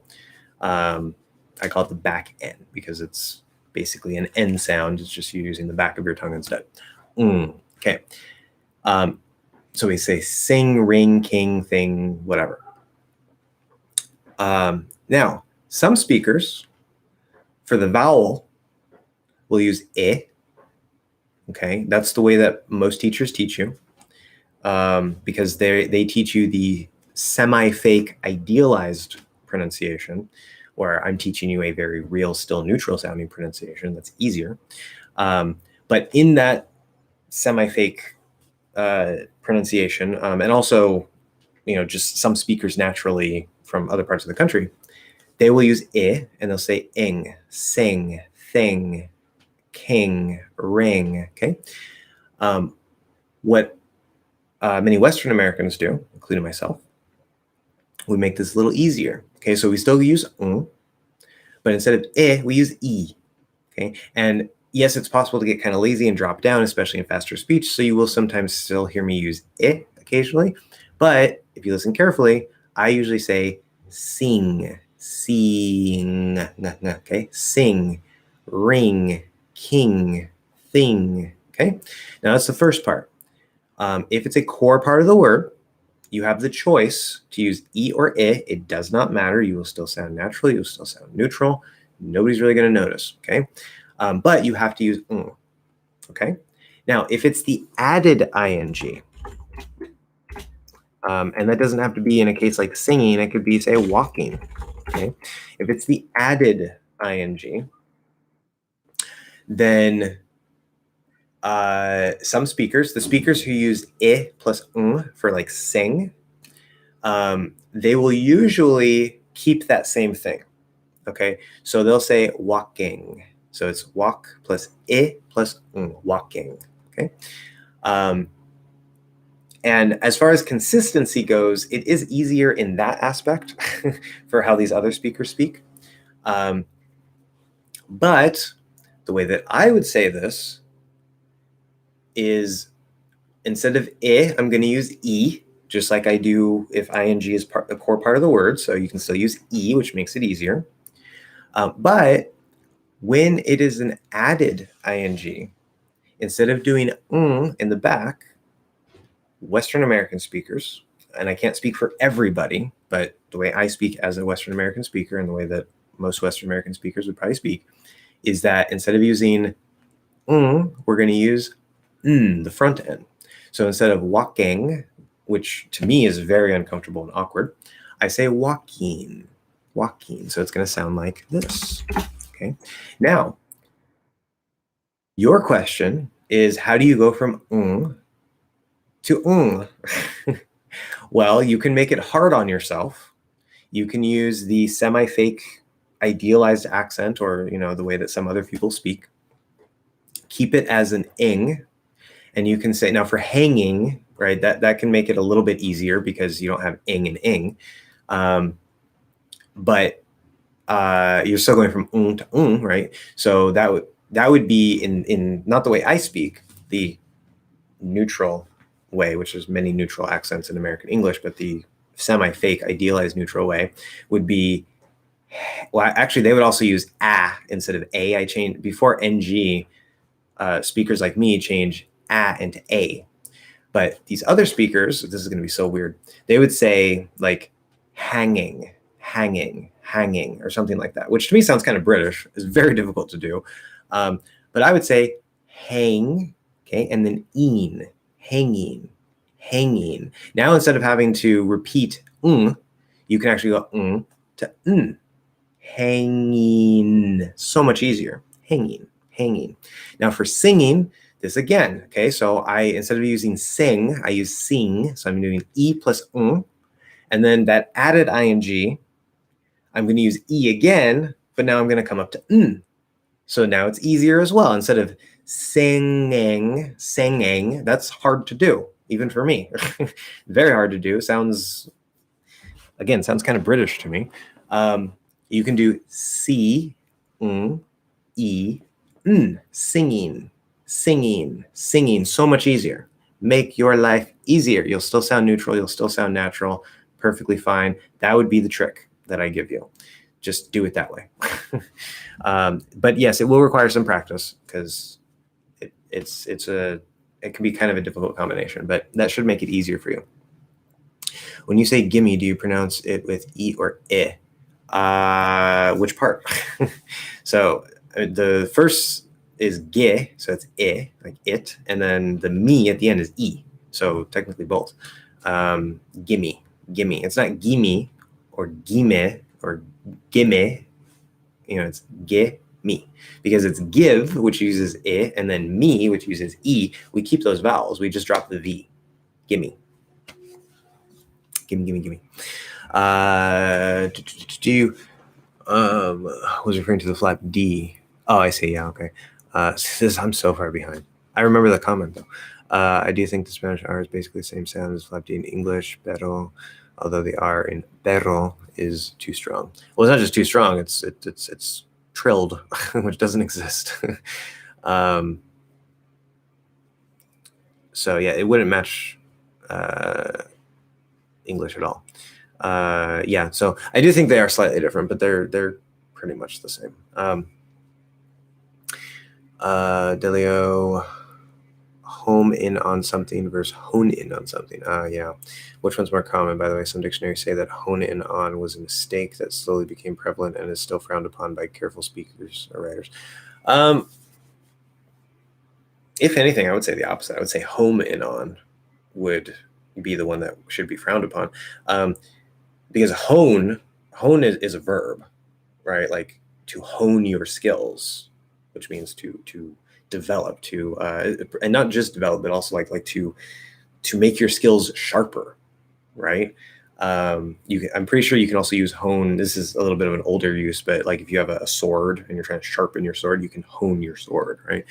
I'm pretty sure. So that would make perfect sense to hone in on something. That should be the standard most common thing. Home in on, I would think, would be the one that was a mistake.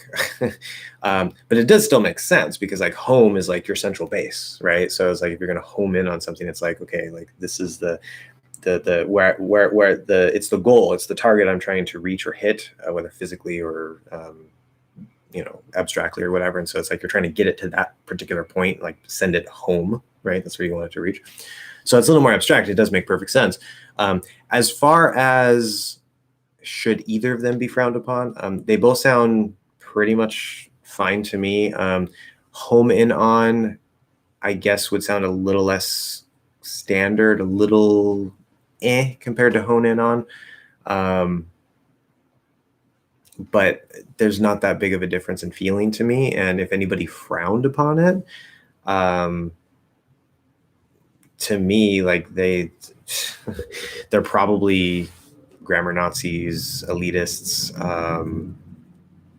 people, as we would say, somebody. Remember, this is all for the sake of English, guys. So people with a stick up their ass, we would say. That's a nice phrase for you. So yeah, I wouldn't worry too much about that. Now, there are phrases, right, that can sound more informal. They can sound kind of substandard and this and that, whatever. And just like generally as a native speaker, those things do exist. You don't have to be like, some, elitist person that's like, oh, this is not correct. This is improper. No, there are things like that exist in English, but I would not say this is one of those cases, at least to me. Maybe I'm wrong. Can I drop this T in got without sounding informal in this sentence? I got hit in the face. I got hit in the face. Yeah, I got hit. Got hit. Got hit. Now you can't drop the H then, right? If you say I got it in the face. Now you're sounding sort of like Cockney British. I got it in the face. Got it in the face. Got it in the face. No, so you're gonna have to keep the H if you do that. Alternatively, you can drop the H and flap the D. Say I got it. I got it in the face. I got it in the face. I got it. It's actually a little weird here. It could come out that way. Or of course, you can stop the T and say I got hit in the face. In which case, you also need to keep the H. I got hit. Yeah, because if you drop the H, it's going to sound British again. So generally, try to keep that H in this particular case. But yes, you can drop the T. I got hit in the face. Got hit. I got hit in the face. No problem. How about the pronunciation of written? Is it ridden? No. This is an exception, and there's a reason why it's an exception. Because there's another rule that's applying.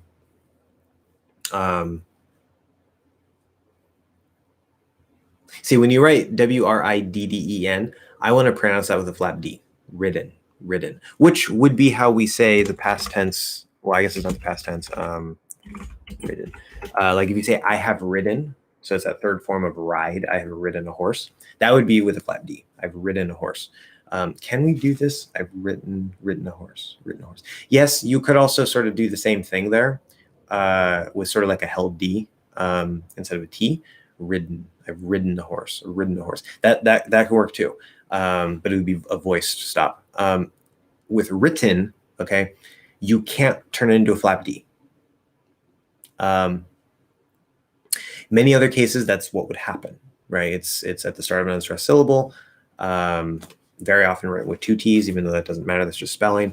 It seems to match everything to trigger the flap because it's also between two vowels, right? But we have that in at the end, and usually in after a T sound or even a D sound is going to, that rule for mountain is going to apply instead of the rule for flapping the D. If it's the word ridden that I wrote, R-I-D-D-E-N, then the normal thing to do there would be to flap the D, unless you choose, so that would be the enunciated way, ridden, right? Which you could do a full D if you wanted to, like a full weak D, but we're probably going to flap it. So that would be the more enunciated way, or you can apply this rule like in mountain, but with voice. So it'd be like mountain. Sounds almost the same. Don't worry about it. But with written, if you fully enunciate the word, you're going to say the T, written. And sometimes we'll say it that way. It's not a problem. But usually we're going to say written. So we're going to stop it and then just do n again, just like mountain, written. Okay. The big difference there is that there's no N before the T. And so there's not going to be any sort of slight nasalization of the vowel. So we say mountain. Okay. Where with written, it's not written. It's not written. It's written. It's going to be, that flap is going to be completely closed now, which is a very subtle, slight different thing that you don't really have to worry too much about. But that would be really the only difference here. Where does the stress fall on inextricably in the pronunciation you're familiar with? So inextricably. So it'd be strict, inextricably. I think some people might say it like inextricably, which to me sounds a little British. But I would say inextricably. So there you go. Data or data, right? Yeah, the perennial question, the question that never goes away. Both. It doesn't matter. Pick one. I use both. Whichever one comes out of my mouth, it doesn't matter. Same thing with route and root. This word needs to be root. This word can be pronounced route or root. It doesn't matter. It does not matter. I don't care what anybody tells you. They're wrong. They're stupid. They're just trying. They're being grammar police, word police. It doesn't matter. Some people will only use one, and that's fine. Perfectly fine. But they are in free variation which means that you can use either one. And I happen to use, usually when there's more than one common pronunciation of a word like this, in my particular speech as an individual, I tend to use both. And it's just whichever one happens. Maybe there's a reason for that. I don't know. Maybe it's because my grandma's from the East Coast and, my mom essentially grew up here. I was born here. So I have a little bit of Eastern influence, and maybe that's why. But again, they're in free variation. Some people use one, some people use the other, some people use both. Doesn't matter. But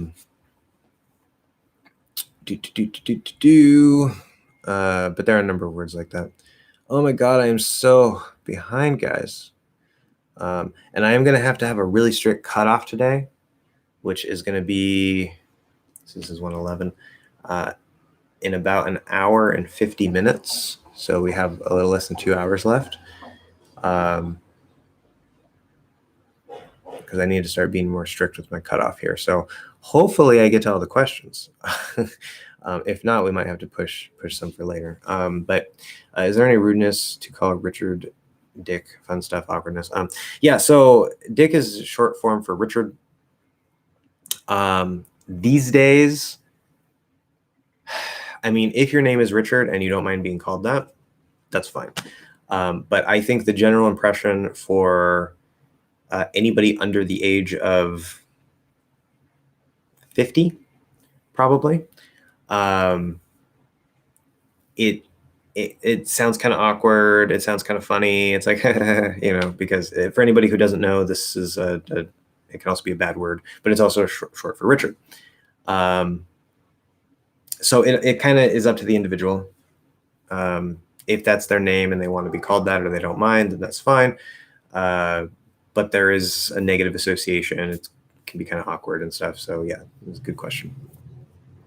I want to pronounce school as school from now on. Yeah, don't do that. Thanks, that helped. And you win, Goku-sama. Oh, yes, thank you. Domo arigatou gozaimashita. But yes, also do itashimashita. So, Wendell, how are or? Oh, welcome, Wendell. Yes. How are or and or in word like more, originated, store, explanatory, and for as a content word? FOR I don't think is ever a content word. For, door, normal, and form, differently pronounced, not merged.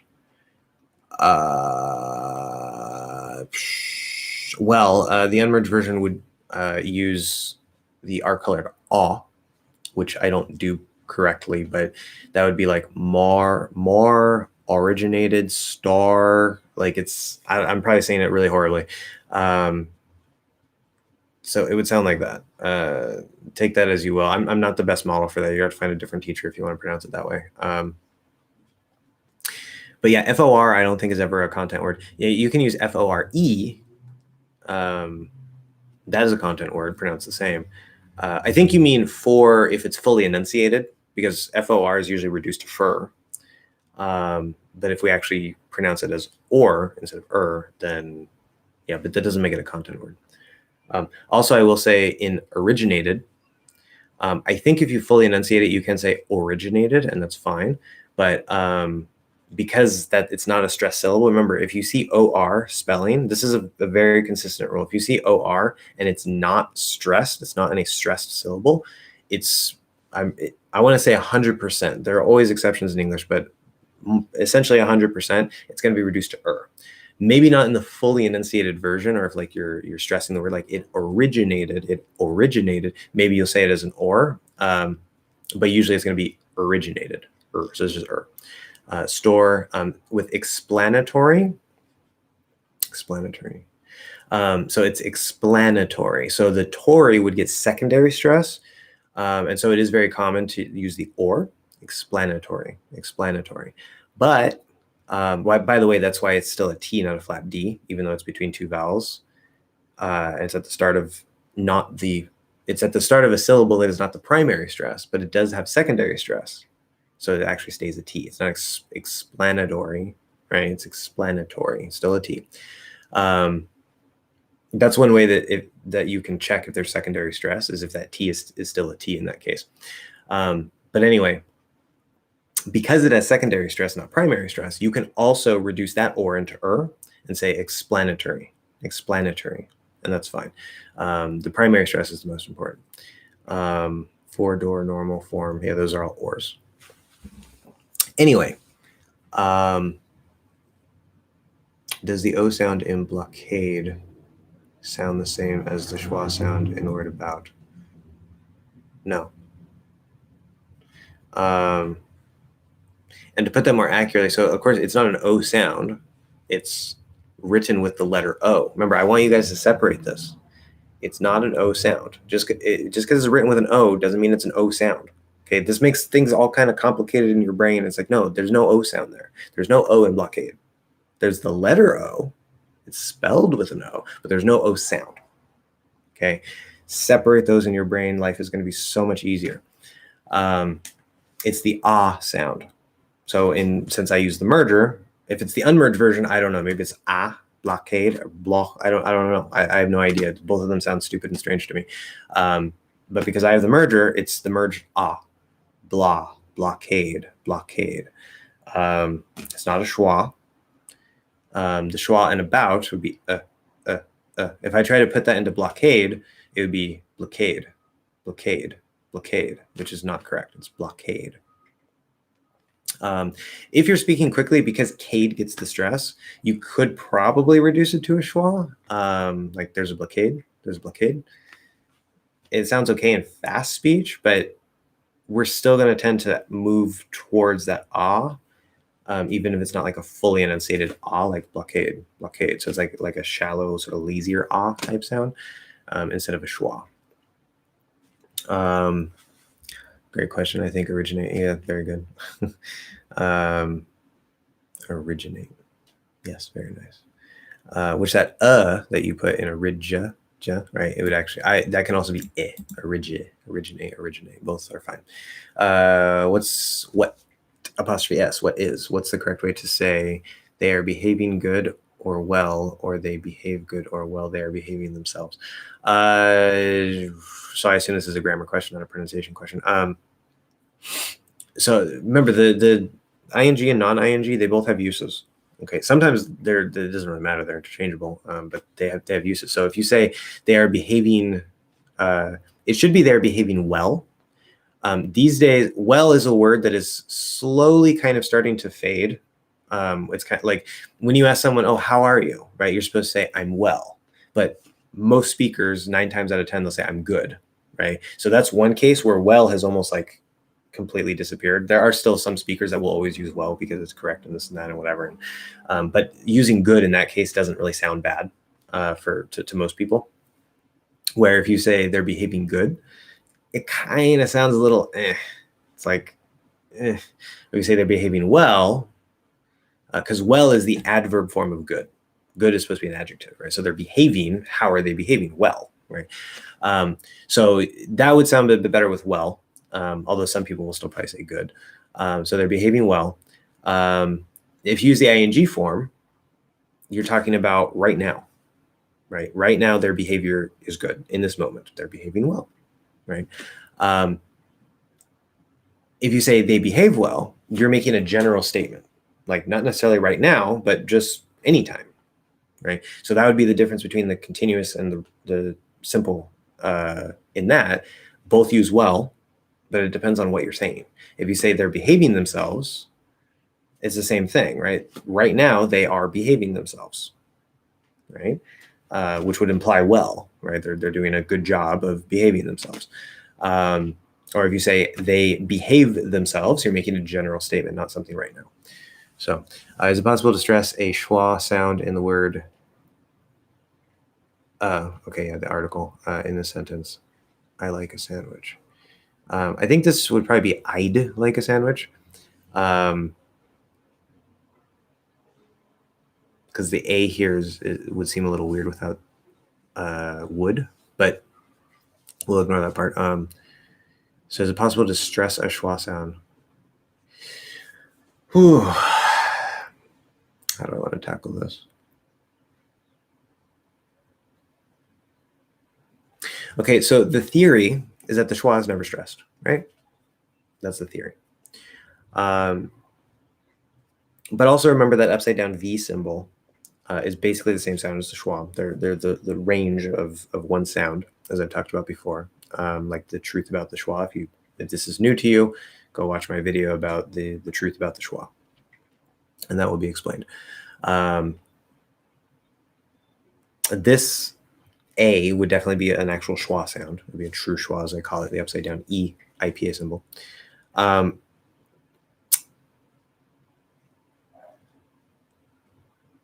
But so according to the theory, no, you would never stress. It would always be like, I'd like a sandwich, like it's just a little like a sandwich. Okay. However, in the dynamic flow of real speech, if you have a reason, remember, you can give emphasis to any word in English if you have a reason. You can't just do it whenever you want. You can't just change the stress of random words. But if you have a reason. So off the top of my head, right, A, the article A, which we reduced to a, can be used to mean one. Because of that, let's say, and I'm going to go ahead and change this to I'd, I apostrophe D, meaning I would like a sandwich, because that sounds better to me here. Let's say that you're ordering food, right? And you say, okay, I'd like a sandwich, blah, blah, blah, blah. And then for some reason, the person gets confused and they're like, okay, so you want 2 sandwiches. You say, no, I'd like a sandwich. In that case, you can give emphasis and focus to that. Okay. You can even move it into the upside down V. It's just a little more open, a little more louder. I'd like a sandwich instead of I'd like a sandwich. Okay. That's, again, this is more proof of why I say the upside down E and upside down V IPA symbols are basically the same sound, and they're part of the range of one sound. Okay. Because it's dynamic. It depends. So under most circumstances, by default, no, you cannot stress the schwa. Okay. If it's a true schwa upside down E, where it's a reduction, right? Because a reduction, what happens to a reduction? It's called a reduction because we're reducing it. We're making it smaller. We're making it quieter. Okay. Whether that's just the sound itself or changing from A to A. Okay. So by definition, you can't stress it. But as I said, in the dynamic flow, yes, you could do that. Now, another thing that we would do in that case, it's very common that if you're going to add stress or emphasis to a word that is reduced, whether that's to a schwa or to some other sound, then you would unreduce it. Okay, so you'd say, I'd like a sandwich. Okay, that would probably be the most common thing to do, but it is possible to keep it in that reduced form, at least in this case, and say, I'd like a sandwich. That's perfectly fine. There's no problem with that. Okay, so the dynamic flow of real speech can change things like that. But according to the strict theory, you're never supposed to stress the schwa. Which is, again, why I'm trying to teach you guys real practical English instead of just the theory and this and that, because most of the theory, 95% of the theory and 95% of the IPA is for linguists, not for language learners. Most of that information is useless for you guys. Absolutely useless. If you're interested in it, fine, whatever. But most of it's not going to help you very much. Okay, and we're continuing here, being A pronounced separate as the accented short oo, short oo sound or the inverted V sound. Okay. Short oo. If I remember right, short oo is supposed to be the high schwa, right? I'd like a sandwich. I'd like it. If I try to make it into it's like I'm forcing it. Maybe it can come out that way. But if you stress it, definitely it's not going to be yeah, it would be like the upside down or inverted V, if anything. Yeah, or again, we would unreduce it and just say A, the fully enunciated version of the word. Okay, tempestade. Oh no, Portuguese probably tempestade. Yeah, because I know in Spanish it's tempestad. Welcome. Is there a situation where stopped sound or glottal stop is more likely to happen? I tried to recommend an app called Read Era to someone and I couldn't pronounce it. I tried to make the flap D because it's a linking between vowels, but it didn't come out right. Okay, so, well, that would be Read Era. Read Era. Read it is a flap. Read Era. Read Era. Read Era. But remember, there's often more than one thing that can happen. There's often more than one thing. So for example, a stop sound like a D at the end of a word, it could be pronounced as perfectly fine, but very commonly we would stop it. Like say, like if I say, how many books did you read? Instead of saying how many books did you read, right? I just stop the D, whether it's a held or a glottal, it doesn't particularly matter. It could be either one, but how many books did you read? Okay. But now we have another word that starts in a vowel, and we know that a D or a T will connect with the flap D over to a vowel between words. Okay. So now we have two things that can happen. It's not that, oh, now there's a vowel, so it has to flap. Okay. That's probably what will most commonly happen. Okay. A lot of these words are really just like, what is statistically most common? Rather than like, you have to do this in this case. There are some rules where you do have to do this in this case, but a lot of them are just statistics. Okay. So now here, obviously we have the flap D that you can do, but it's still possible, especially depending on how you're speaking, to either stop the D or very clearly enunciate and push the D out. It's possible. Okay. So you can say read era, read era. Now in this particular case, we probably wouldn't do that. But let's say I push the D out, read era. Okay. Because if I'm going to try to enunciate it and not flap it over, what's most likely going to happen is we're actually going to push out the D solidly and separately, read era. So that way it's nice and clear. That's the whole purpose of why I'm slowing it down and not linking it, right? But it is technically always possible to still apply these other rules. The fully enunciated D, the stop D at the end of the word, or flapping the D into the vowel. So you actually have more than one option here. Don't think that it has to be this particular thing. But what I would recommend in this case is if you have difficulty saying it, depending on what we're talking about, sometimes going with easier options is perfectly fine. But that in this case, for this particular point, the flap D is super important, super important. And because of that, if you're having difficulty, it means you haven't mastered it. And this is one point where I would say, instead of trying to do something easier, just focus on mastering it. Okay. And the way you would do that, we're going from E to flap to E. And so maybe it's because you're coming from E. Maybe it's because you're going to E. Maybe it's the combination of both. And so what you do, make sure you can do a good E, make sure you can do a good E, make sure you can do a good flap, which we don't do in isolation. So you kind of have to practice that with something, like reading maybe or something. But whatever it is, make sure that the pieces are good and then focus on that specific flow of sounds. E, re, e, ire, ire, ire, ire, read era, read era. Now, obviously, in this case, the e is actually R-colored, which makes it even more difficult. We're not just saying e, we're saying air. So make sure you can do the e, then make sure you can do the air, right? That's another step. And it's very step-by-step scientific, guys. You say, okay, can I do this sound? Good. Can I do this sound? Good. Can I put them together? Can I flow from this one to that one? Good. Okay. Can I do the next sound?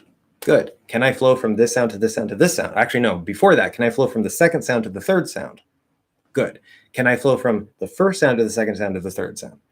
Oh, now I have a problem. Why?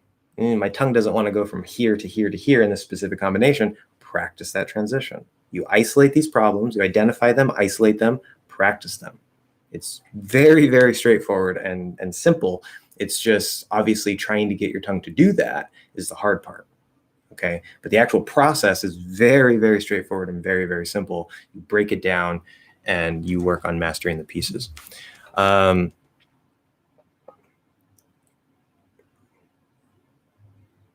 I don't know why YouTube would hide this. Okay, so Steve says, what do these y'alls mean? I heard it from a YouTuber. Subscribe on my channel, y'all. Tell me on my Instagram, y'all. Okay, so y'all is something that usually, it's much more common in Southern speech. People who are not Southerners will not use this as much. Some do. Even myself, I will very occasionally use it, usually for like a certain effect. But it's so you know how in modern English grammar we have the word you. That could be informal, that could be formal, that could be to a group. Now to clarify, we might say like you guys or you all, okay? But you could refer to a group, right? Let's say I'm talking to two people. It's like, oh yeah, okay, well you go over there, and I'm actually talking to both of them, right? Or we have the general you. So if I say, oh yeah, you know, you're walking down the street one day and then, you know, somebody just throws an egg at you, right? So I'm not saying you specifically. I'm talking very general, just like it replaced the like one, right? One is walking down the street one day and then someone throws an egg at one. I guess it sounds old fancy. We don't really use one anymore to refer to like any random individual. It was replaced by the general you. Okay, so we have just this one you to refer to informal, formal, plural, singular, whatever. But you all reduced to y'all is one way to use you plural informal. Okay, so some languages have this built in, like Spanish has tú, that's you informal. They have usted, which is you formal. And then there's ustedes, which is you formal plural. Or also in Latin American Spanish, you informal plural. And then in Spain Spanish, they have vosotros, which is you informal plural. So that's a specific word that means that specific you. Because English doesn't have that, we basically just use you for everything. You all clarifies that it's plural. Reducing it to y'all makes it informal. And again, not everybody uses it. You don't have to use it, but that's what it means. Okay, it's just an informal plural version of you. Sounds wrong to my ears, don't know why. I don't know if that's referring to your comment or to y'all, but either way. Does the nasal consonant N affect the A sound in the word Spanish? Word, here's a trick, right? Because I know, right? Is it in or is it on? In is always a container in some way. In English, a word is usually looked at as a container, right? There's sounds in a word. There's letters in a word, okay? Because it's a container that holds the sounds of the letters. So the A sound in the word Spanish. Because the stress is on spa. I do, however, hear a difference, but it is kind of difficult to produce, no D, produce it because of the lack of stress, because of the lack of stress. Okay, so does the nasal consonant N affect the A sound in the word Spanish? Well, as I talked about in that lesson about A before N or M, it certainly can, yes. Again, there's this whole raising thing, which doesn't have to have N or M after it. It makes things easier if you just kind of always do a little raising. But remember, all vowels, we mostly only hear it with A, but all vowels before N or M will be slightly nasalized. Slightly nasalized. And that creates a little bit of the difference in sound. So we don't say, like if I say instead of Spanish, let's say I say spat, right? S-P-A-T, spat. And let's go ahead and make it ish. So spatish, right? Now I'm going to flap the D, spatish. Okay. So that spatish, spatish, spatish. Now if I do this word, Spanish, you hear a little bit of that nasal, spatish, spati. Okay, not any nasal there. Spanish. There's a little bit of nasal. So, and again, as I said, there's this possible raising going on. I have the whole lesson about A before N or M. But yes, the nasal, as we sort of prepare for the N, there's slight nasalization of A that will make it sound a little bit different than if there were not an N after it. Yeah. I'm going to piggyback off of you, but an A is still an A. That's the main point. I'm going to piggyback off of Wendell's Goodwell question. Are you more likely to say I'm good or I'm well? Most people are much more likely to say I'm good. Me personally, I'm much more likely to say I'm good. These days, even though it's grammatically incorrect, it's so common in this particular thing, like how are you, I'm good, this particular usage, it's so common that well is starting to sound more formal instead of being grammatically correct. It's just like, it's like good used to be like the incorrect, like more informal sounding way. And now I'm good has sort of moved up to like the standard, and well has moved from the standard up to sounding formal. So this is how language works, right? Whether it's grammar or certain word usages, something will at first sound very informal or like slang. Over time, not for everything, of course, but over time, some things will move up to the normal way to speak, where the thing that was here will either still be here or it'll move up, it'll be bumped up to sounding more formal or a little older. And that's how language changes over time, right? New words, new phrases get created. Some of them stick really well and become the standard way to speak. And then that may push what was the standard up to sounding older or more formal. And there's throughout the whole language, there's different things here and there that are in the process of that change. And in this case, well is being bumped up, where good it sounds like the standard. So I'm sure I'm well is grammatically correct, but it makes it sound more formal. Exactly, right? And it gives a hint of drama, for lack of a better word, like you've just gone through a rough patch. Maybe I can see kind of why you would say that, but yeah. We're also maybe a little more likely to use well if we're talking about like your actual physical state, like if you were like illness, right? Because if you're sick, you're not well, right? You could still use good, like say that I'm sick, and then it's like the next day and you call me and say, oh hey, how are you feeling? I'll probably say I can still say I'm good, or I'm feeling better, right? But I could say like, oh well, yeah, I think I'm well now, or I'm getting well, right? It might be a little more common in that specific case, but if we're just like general, like, oh hey, how are you? What's going on? Just, oh, I'm good. Yeah. I hear North Americans say "what" and not plain "what," especially when expressing shock or similar interjection. Also, damn, not damn. Am I mistaken, or what's the reason? Yeah, David had a question about that before. So as far as damn goes, it's an exaggeration of the word, especially if it's really drawn out, like damn. Yeah, like it's a way to emphasize the word and give it more impact. With what? What? I'm not really sure how that would even sound, because it's not. I can't I want to say like there's something there, but if I try to say it, I'm just like, that doesn't sound like anybody would ever say that.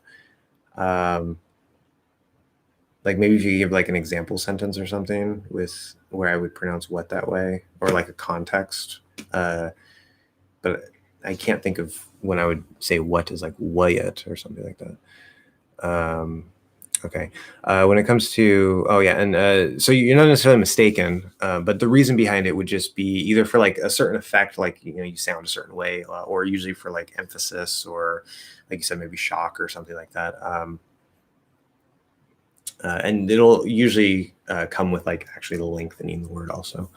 So when it comes to NT, I have a lot of questions, some good, some bad. I've heard pretty much always people saying, I didn't mean to scare you. Didn't mean to scare you. My question is about didn't. Also a girl saying, I didn't catch that, or I didn't. Yeah, so there's a trick here. With didn't, okay, we're going to break this down from fully enunciated to fully reduced. Fully enunciated, didn't. So we have didn't. Okay. Now that second it could be a schwa, it doesn't really matter, but I'm just going to keep it. So didn't. Okay. Now, first sort of reduction or change that we can make would be to stop the T. Didn't. Okay. Then we can say, we can drop the second D, go straight from the I all the way into the N, but we're going to lengthen it a little bit. Didn't. And so now when you close that N, we're actually not going to stop the T. Didn't. You could still stop the T if possibly, but usually if you do that, you drop that first or that second D. Instead of stopping the T, we're going to drop the T, lengthen it out a little bit, the I and the N. And when you close into the N, you're going to keep pushing the N through instead of just saying like N. It's going to be didn't. So there's that sort of like little nasal plosive where as you like close up, the thing sort of like closes and opens really quick. And so that sort of replaces the D, the second D. Didn't. So it's not din, right? Where it's just din. That's not right. You need that little sort of closing off and then opening back up. Didn't. So it's an N that goes through that closed velum, the thing at the top of your throat there. It needs to close first and then push the N through it instead of just doing an N, a straight N from the I sound. Didn't. Now, if we speak a little bit faster and a little bit more lazily, we can reduce that even further. Ignore the flap, go straight into an N and say didn't. But again, it's not like din, it's didn't. There's sort of a little arc to it, like a little push up.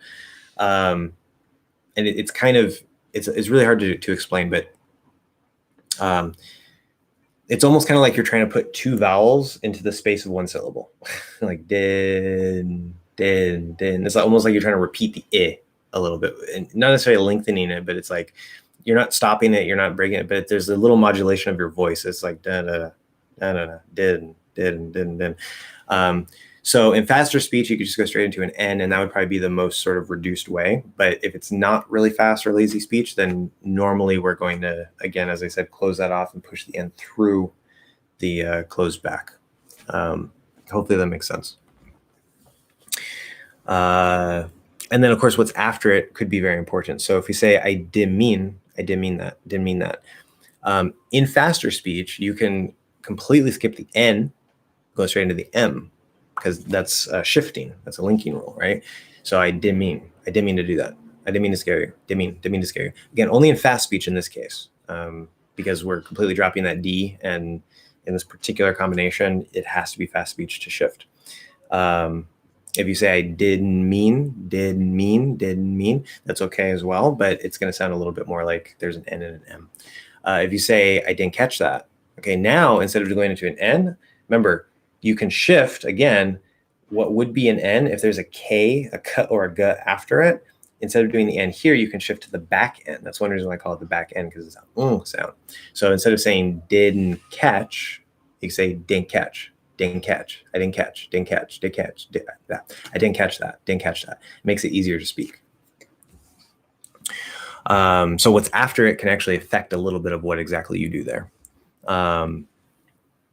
Does the English P and S sound the same than in Spanish? What? I don't understand your question.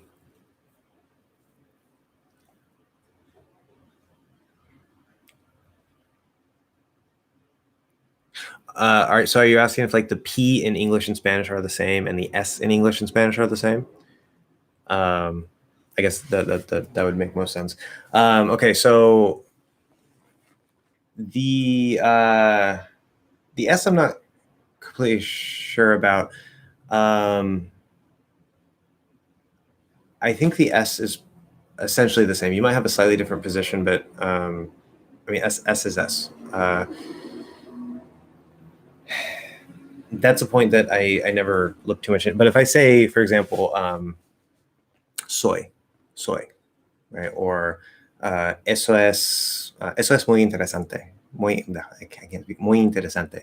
Eso es muy interesante. Eso es muy interesante. I don't know how natural that S sounds to you. Maybe it's a little crisper in a way. But I know they're going to be quite similar. The P is a mess because in English, I actually don't know about this for Spanish because there's some technical points in Spanish that I didn't actually study for various reasons. Like the rhythm, I didn't even know what rhythm was when I was learning Spanish. It's something that I learned about later through teaching English, and I was like, oh, so that's why my rhythm in Spanish is like horrible. But I know in English, right, if the P is at the start of a stressed syllable, it needs to be strong. If it's at the start of an unstressed syllable, it needs to be weak. And English is stress timed, so that's a very important thing, right? So if it's pick, it's going to be stronger. If it's happy, it's going to be weaker. Spanish, I don't know if you do that. I don't think you do. Although I wouldn't particularly know because, again, I use English rhythm in Spanish, so I would probably try to do it anyway. But my perception would be like a P is a P. So if you say, I don't know, pero. Now to me, right, because the stress is on the pe, right? But I'm not saying pero. I'm actually saying it more like a weak Spanish P, and maybe I'm wrong about that, or maybe that's just what my ears detected naturally since I do have some talent for it. I say pero. I don't say pero, right? That might make me sound more like a gringo, right? Like if I say pero no me gusta, right? Pero, there's more breath there, pero. But if I say pero no me gusta, pero no me gusta, I'm not pushing out as much air. So if that P that I'm using pe sounds Spanish, then that would be the difference. You guys just have like pe without a lot of breath. Where in English, if it's at the start of a stressed syllable, it needs to have more breath. So that would be the difference. So some things of Spanish pronunciation I just absorbed because, again, when I was teaching myself Spanish, I had no idea what I was doing, but I do have some talent for it. And so there's some things that I'm actually not completely consciously aware of in Spanish that I might be doing perfectly fine because I just absorbed it. But anyway, let's say you were talking to someone and they, for some reason, couldn't understand you're saying the word hang or prank and kept asking you to repeat yourself. What would the vowel in these two words sound like with the extra emphasis? And is there something in particular you do to make it clear? So, well, the vowel would be the same with the emphasis. And what would I do to make it clearer? The same thing that I would do to make any word clearer. I would make it louder. I would make it more emphasized, more stress. I would probably lengthen it a little bit, especially if somebody's having trouble understanding me. I might slow it down a little bit. So if I say, I don't know, going on the tree, going on the tree, going on the tree, going on the tree, right? So hang on the tree. Obviously, I'm dropping the H there as well. I'm saying going on the tree, going on the tree. Now, let's say somebody's not understanding me. What? It's okay. Go hang on the tree. Go hang on the tree. Nice, good breath on that H. Vowel is longer. Everything's kind of slowed down, separated out a bit. It's just the normal way that you would handle anything. It has no effect. I'm not going to say go hang on the tree. No, I'm not going to change it. I think that's what you're probably asking. I'm not going to change it back to a that, like somebody else might say. I'm going to keep it as a. Go hang on the tree. So anyway, what would the vowel? I already did that. What was that? Is pronounced as what was that? Yes, but it was sweet is pronounced it was sweet. Why is that?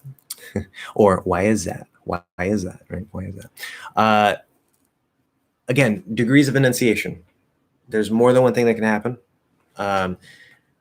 Speaking quickly or even normally, saying what was that? Yes, we would probably say what was that? Drop the T, drop the TH, connect the Z. What was that? What was that? What was that? But that's not the correct way to say it. That's not the way you have to say it, right? Depends on the dynamics of your speech. So if I say, wait, what was that? Now I stop the T. What was that? And I'm going the. Okay. Depending on the context, depending on how you're speaking, it could come out a little more enunciated. That's fine. Okay. I want to make that clear first, because I want to emphasize the fact to people that there's usually not just one answer. Okay. There's the most common thing, or what's most likely probably, which would be, what was that?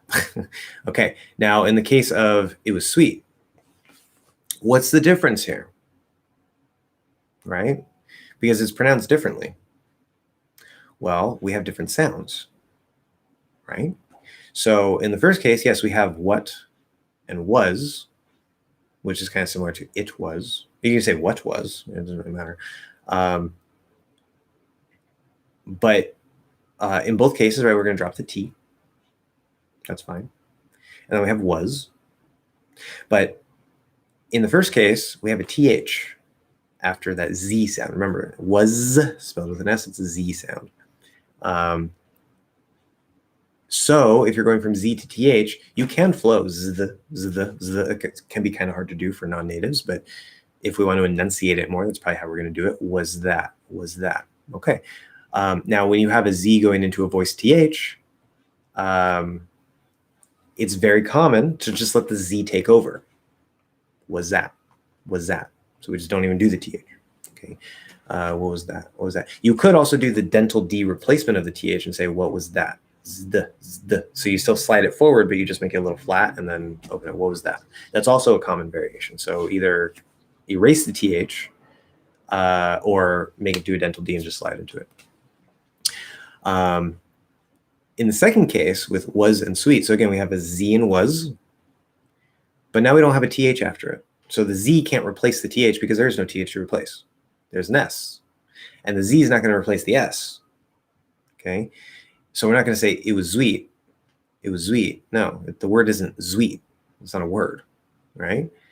So what's going to happen instead, we're going to say, now if I fully enunciate it, or I just make it maybe a little clearer, where you're going to hear a Z and then an S, it was sweet. It was sweet. The Z is very short, but it's still there. It was sweet. It was sweet. Or if I really enunciate, it was sweet. That would make it super clear. But because that Z is already so small and Z and S are the same sound as Z is voiced, what will commonly happen if you go from Z to S is instead of, right, with Z to TH, the Z will take over. Can we say what with that? No. You have to replace the TH with the Z. You can't do it the other way. But if you're going from Z to S, it goes the opposite way because we need to keep the S. Okay. And there's a couple of reasons for that we don't have to care about right now. But so you can actually drop the Z and was and just say an S and sweet. What was sweet? Or it was sweet. It was sweet. It was sweet. It was sweet. Okay. So it's because of the sounds that are involved. That's why. Going from one sound to one sound is going to create, I mean, not always. Sometimes, it's just one sound and they're the sounds that they are. But depending on what specific sounds we're talking about that are next to each other, you might get completely different results. Okay. And that has to do with like the mechanics of the mouth and what's going on and this and that and how we make things easier. And it's a case-by-case basis of like Z to TH, Z to S, whatever it is. So it's just like the shifting, like when we say, or when we say like gimme, right? Gimme. In that case, we're dropping the V, which is a little unusual, a little extreme, but it's a common phrase. And so it's easy to say give me, like we just go straight into the M. But shifting, like if I say let me, so instead of having to do t-m, we just go straight into the lips. Let me. That's fine. Or on. If I say on cable, right? On cable. Instead of going on cable, you just go on cable, do the back end. On cable, it's shifting. Okay, it's a linking rule. But if there's not a k or a g after the n, you're not going to shift back and do a it doesn't make any sense, right? You just do a normal n. So, where am I? Oh, as far as I know, this only happens if the person is talking quickly. I hope to deny. There's degrees, as I said.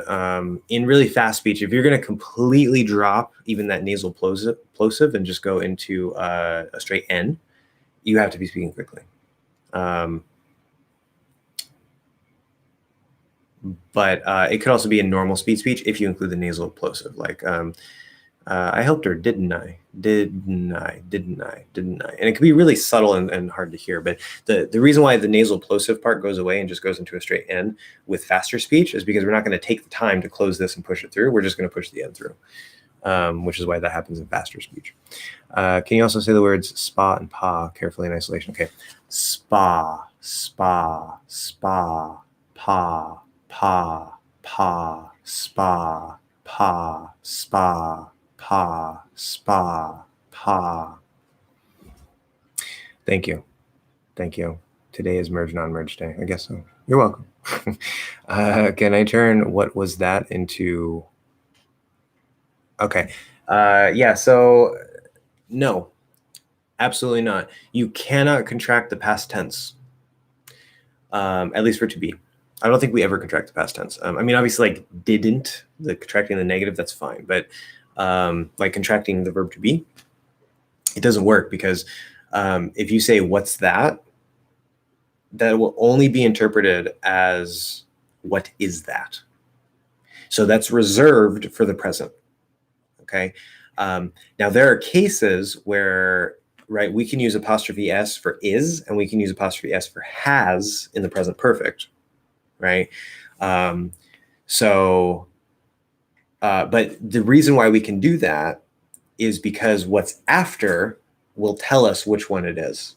So if I say he's here, he's here, that has to be is. He is here, right? Because he has here, number one, that doesn't make any sense, and that wouldn't be present perfect, right? That's just have or has contracted. But if I say he's leaving, okay, now it's he is leaving, because we wouldn't say he has leaving, right? So that's clear that, again, it's is, but with the ing after it, okay? Or if I say he's left, okay, it's not going to be he is, well, okay. That one, context is important, because it could be like he is left, meaning like he's the last person or something, and the context would tell us that. But if I say he's left, especially if I add already, right, that means he has left.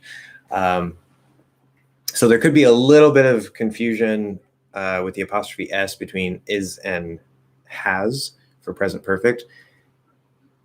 But most of the time, it's very clear which one. And when it's not clear because of the contraction, the context will make it clear.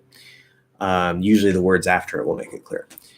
So that's not a problem. But when we're talking about past tense, if you try to contract was, like what was into what, or what's, we're going to think it's present tense. There's no way for us to tell that it's past tense.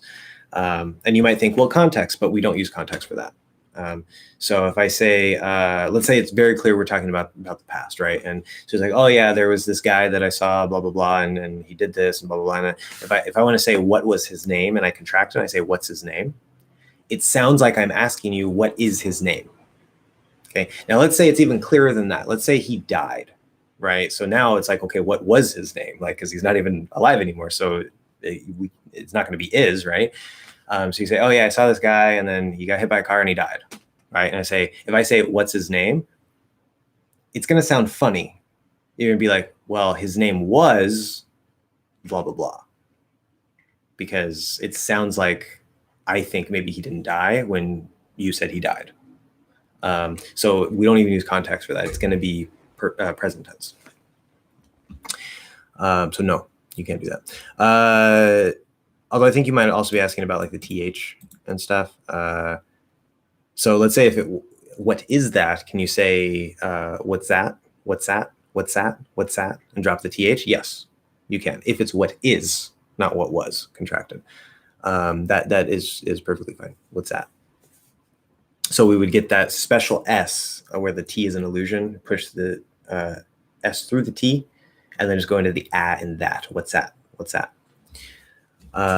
Does predator have flap T in both da and tor? What? Oh, I see.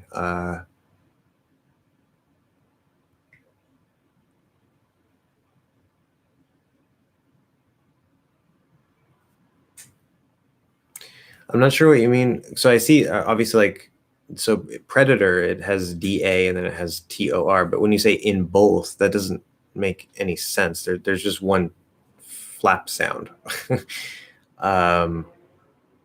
Like it's not like you would, I guess maybe what you're saying is like, it's like da, or I see, I want to say da because it's DA, but it's like preded, like you flat, like the flap D is attached to this, and then there's another flap D attached to the or. Like, I don't know, the question is confusing.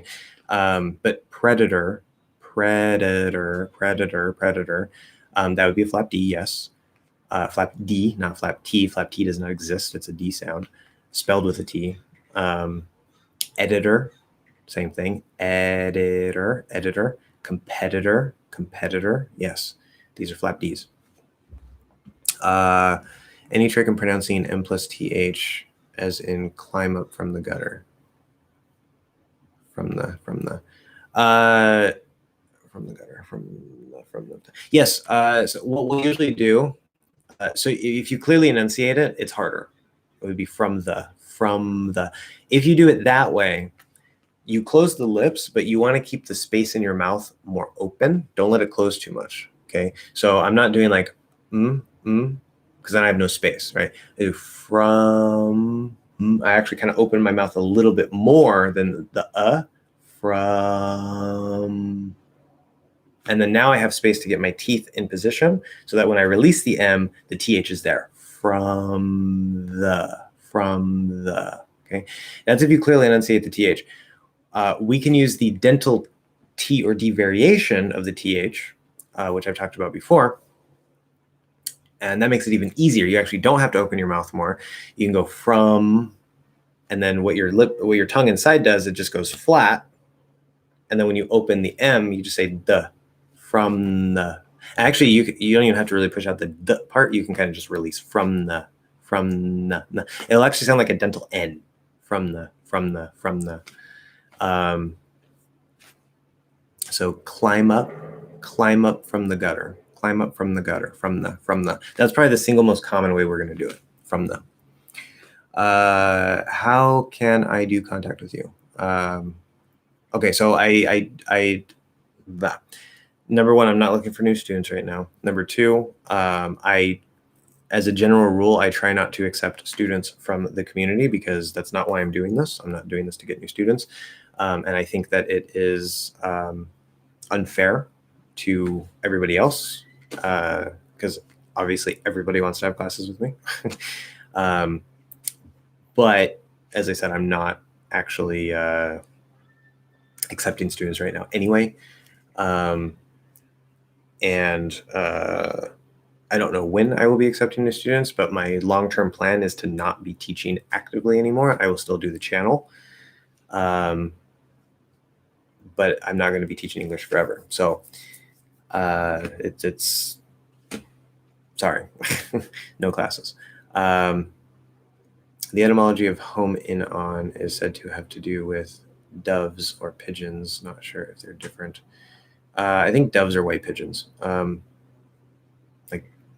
I don't know if they're necessarily albino, but I'm pretty sure they're just white pigeons going back home or something. Could be, probably. I don't think it matters much. We need to talk. Oh, David. Yeah, so I'm going to say it the correct way. Uranus. We need to talk about Uranus. I think you're trying to get me to say something else. But yes, I will touch on that. So the old way to say it in English is Uranus, which sounds like your anus, right? If you don't know what an anus is, look it up. And because of that, they changed the pronunciation to Uranus. So there you go. That's the pronunciation. We will sometimes, to sound funny, say it the other way. But if you're in a serious situation, you should say it Uranus. I heard some Americans pronounce something as like mountain. Oh yeah, something. There's no N there. You can reduce something. It does sound a little more informal, but you can reduce something to something. So instead of doing N and then like stopping with the N and then pushing through the N, like mountain, you're gonna close the lips instead. Don't bring the tongue up for this. You stop it like it's a P, like it would be a P, right? But you're in your lips. And then instead of releasing the lips, you let the N or you let the M go through, because M and N will sound so similar that it doesn't really matter. So something.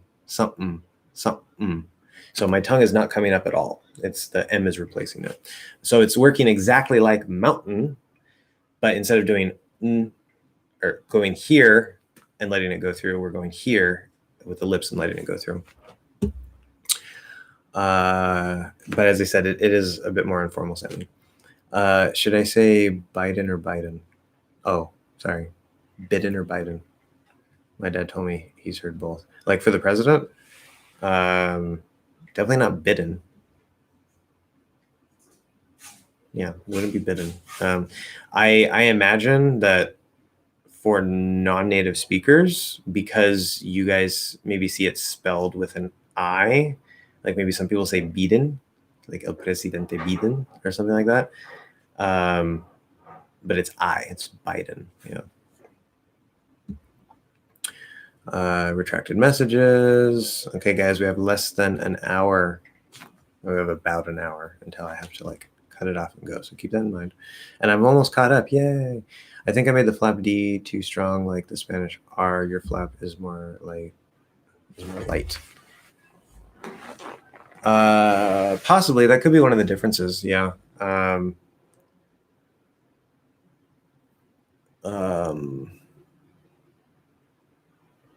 The number one thing you want to avoid is make sure that you're not tapping more than once. That's the first big thing to avoid, because we definitely won't do that in English. But the strength of it, yeah, like if you say like better, like you're really trying to flap it, but you're trying to like push it out at the same time, it's going to sound weird.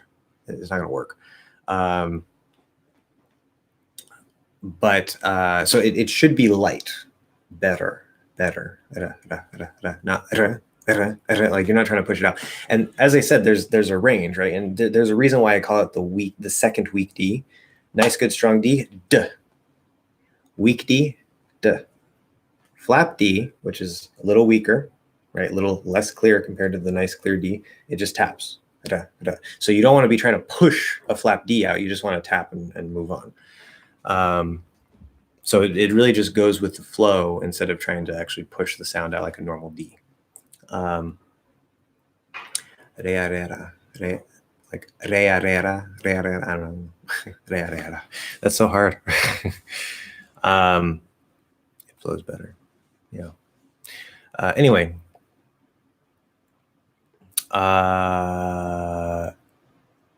Isn't the word sugar weird? It is. Yeah, it is. It looks like it should be pronounced sugar or sugar, not sugar. Yeah. I wonder what happened to this word as it made its way into English. I don't know. I'm pretty sure it's I don't know if it's Latin based, but I know in Spanish the word is azúcar. So I'm pretty sure those are related. Sugar, azúcar. So I don't know. That's a weird change. But yeah, it uses the high schwung. Oh, that's such a cool idea. Spanish. Do you think you could do the same contrast with mad versus man, dab versus damn? I suppose.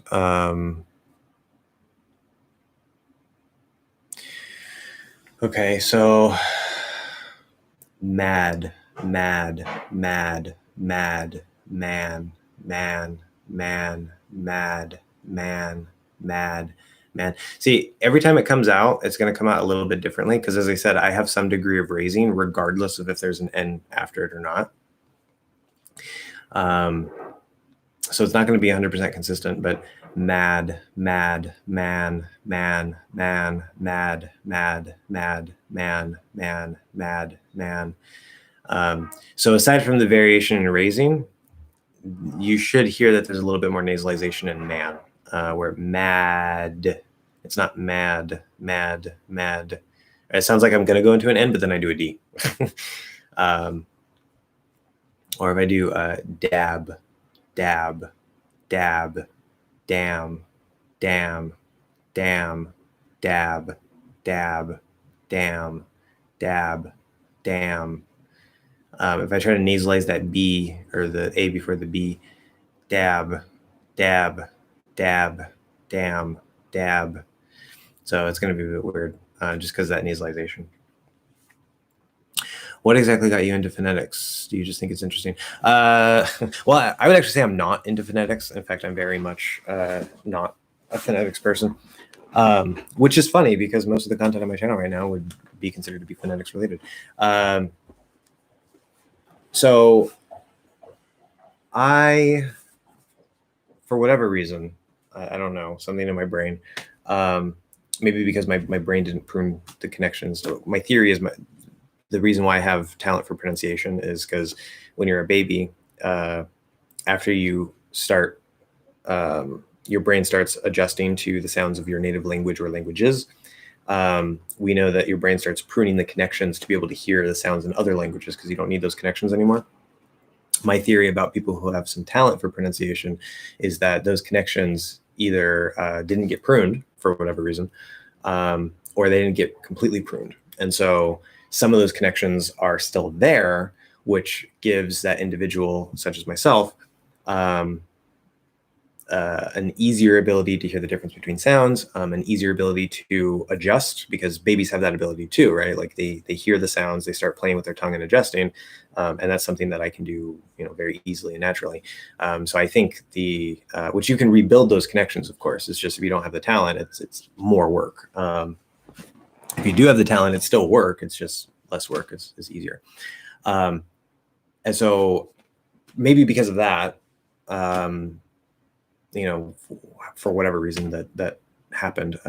I do have very high linguistic intelligence, just in general, not even talking about pronunciation.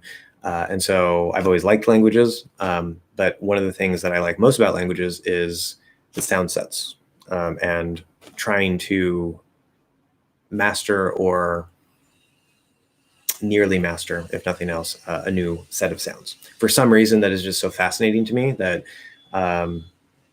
different languages use different sounds. I can't explain it logically. It's like, why is that interesting? I don't know. It's something that emotionally motivates me for some reason. And in fact, it can be a determining factor. And actually, it's one of the determining factors in if I want to learn a language or not.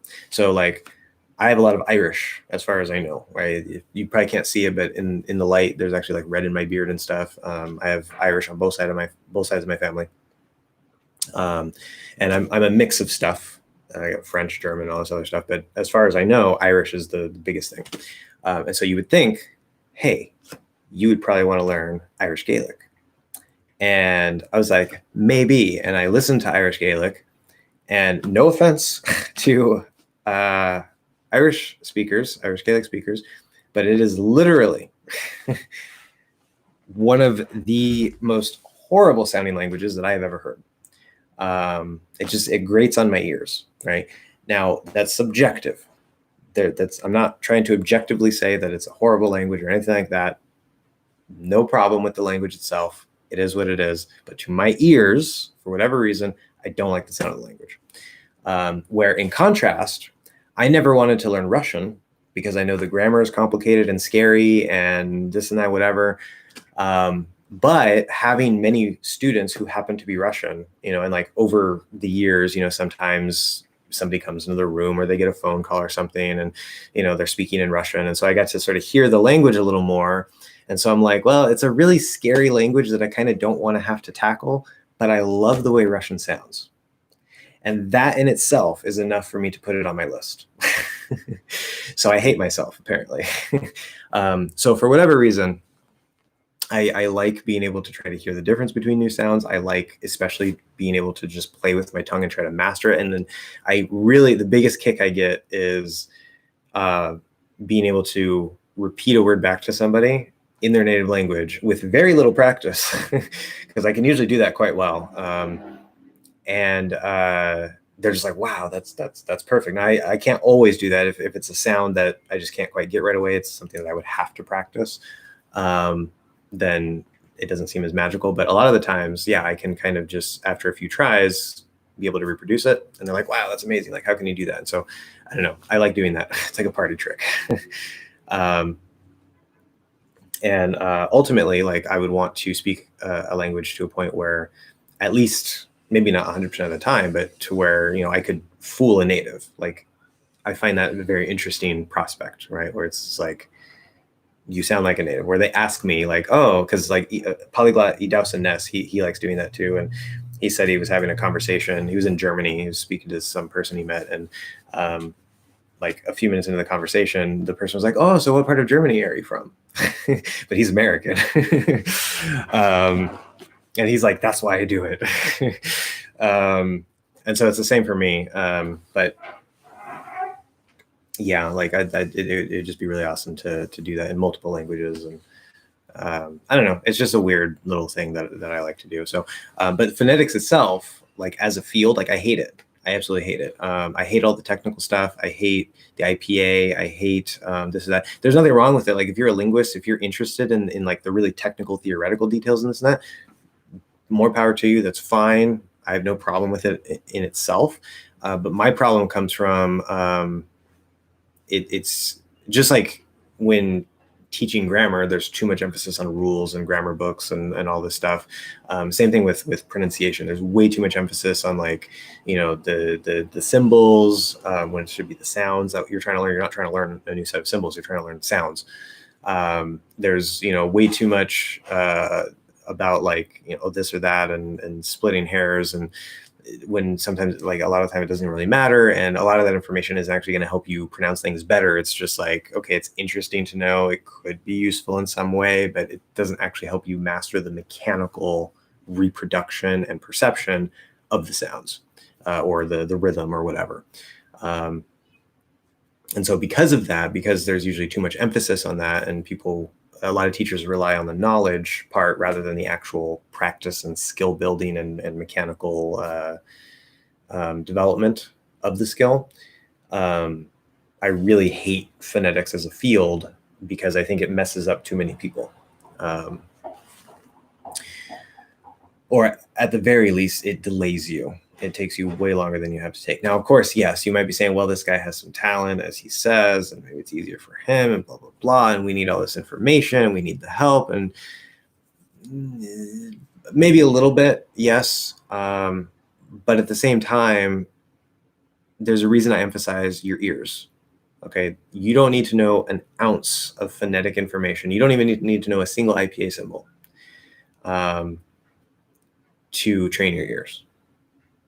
It's completely divorced, completely separated. Okay. Can knowing some of those technical things when you're trying to train your ears help? Maybe, possibly. Yeah. Okay. But it's not at all required. Okay. That's where I'm at. I don't care what the symbols are. I don't care what the theory is. I care, can you perceive the proper sounds? Can you perceive the proper rhythm? Can you perceive the proper linking and what's going on? Can your ears figure out what words are being pronounced based off of the flow of sounds? That's a skill. Okay. No amount of knowledge is gonna give you that skill. Okay. It can help supplementarily, perhaps, but it's not going to give you the skill. And then, of course, not just your ears, but your tongue. Right. I want to tell you, hey, micro adjustments, shadowing, okay, noticing things, paying very close attention, listen to the rhythm, try to match the rhythm, make things louder and longer, shorter and quieter. There's a little theory there, but some of the terminology can be useful so we know what to talk about, right? Stressed, unstressed, important terms.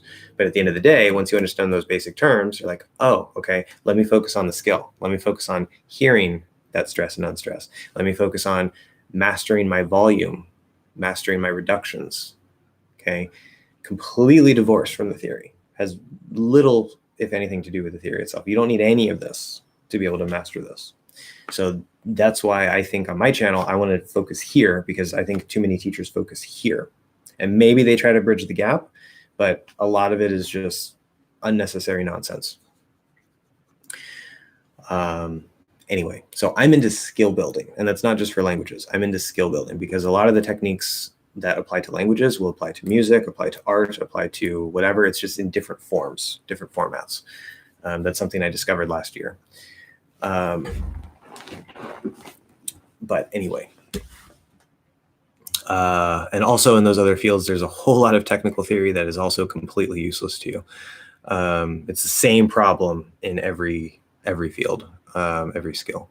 So anyway, I noticed the word of changes its pronunciation before a word starting with a K sound. Notice the word of changes its pronunciation before a word starting with a K sound.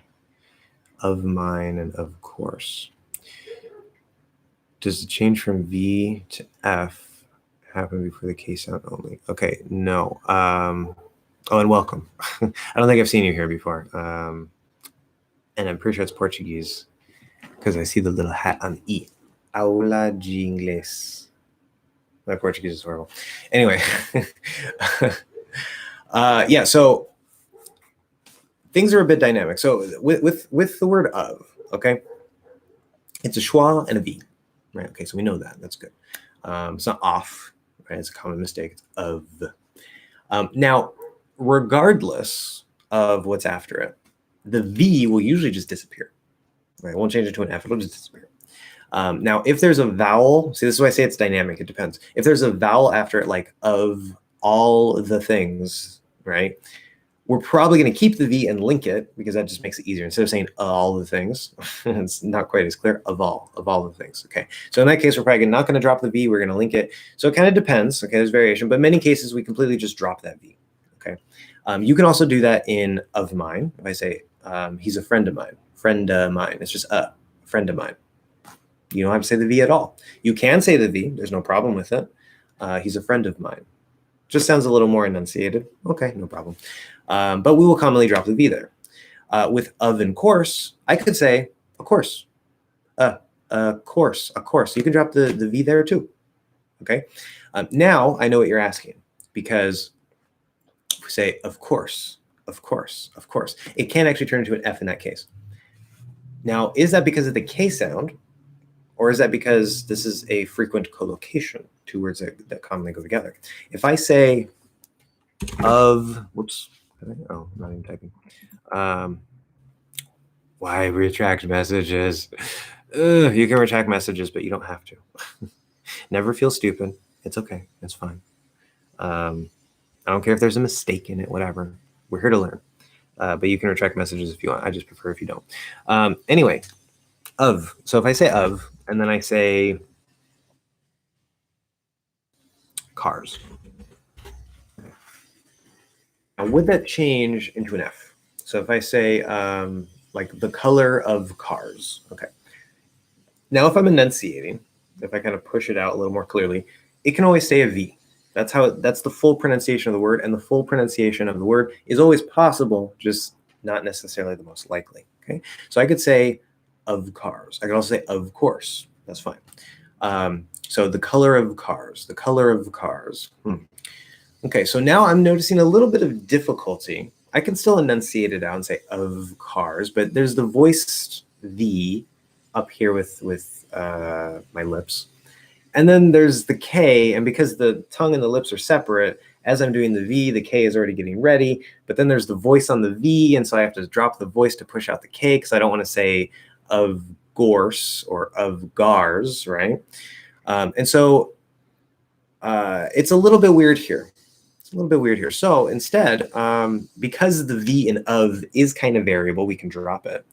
You can't necessarily just do this with all words that end in V.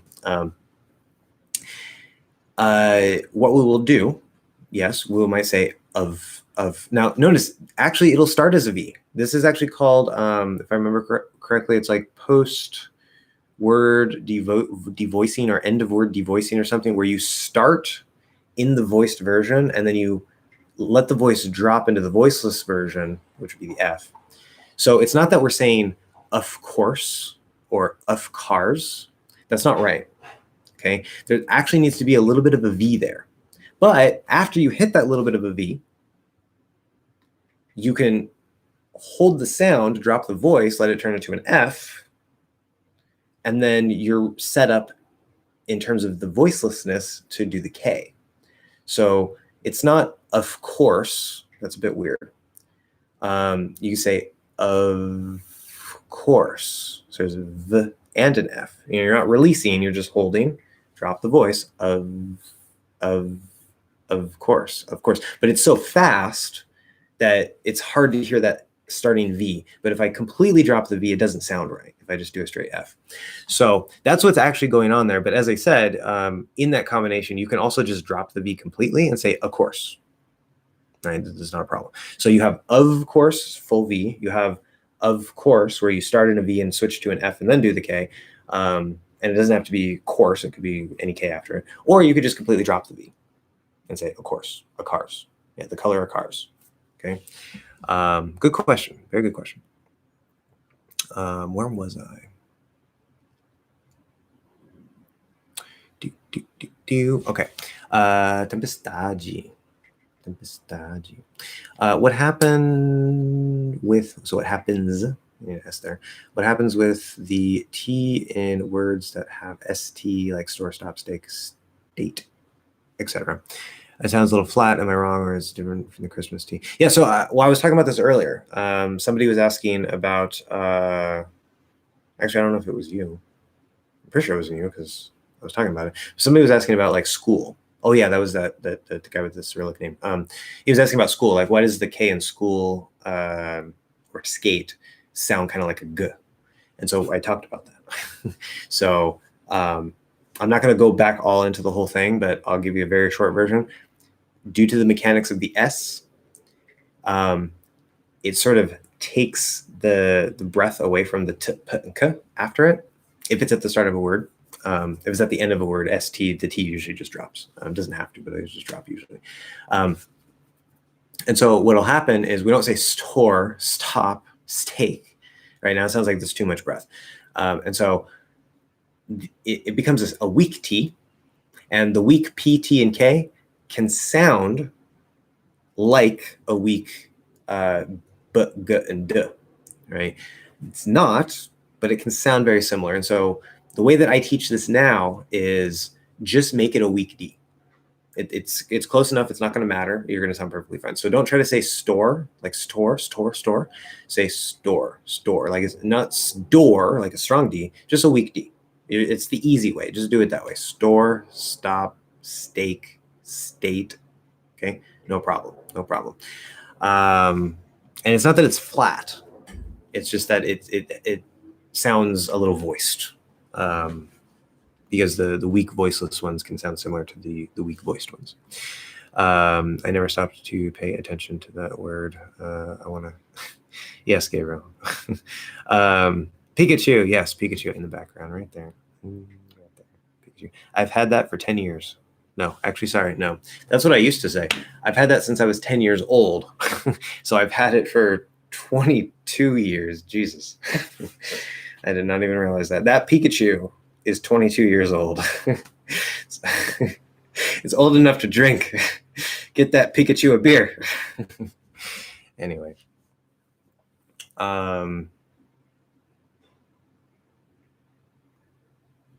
God, I just blew my own mind. That's crazy. Anyway, that made my day. Definitely. Thanks, guys. And now I can't associate, yeah, with the actual planet. Exactly. Well, you're welcome. Okay, so excuse the next round, and I might have briefly mentioned this in the past already, so I'm not really sure what I'm trying to get from asking this again. But basically, whenever I have a conversation with a native speaker, I run into some listening comprehension issues whenever they mention the name. The name. I know you want to use a here, but we'd probably say the.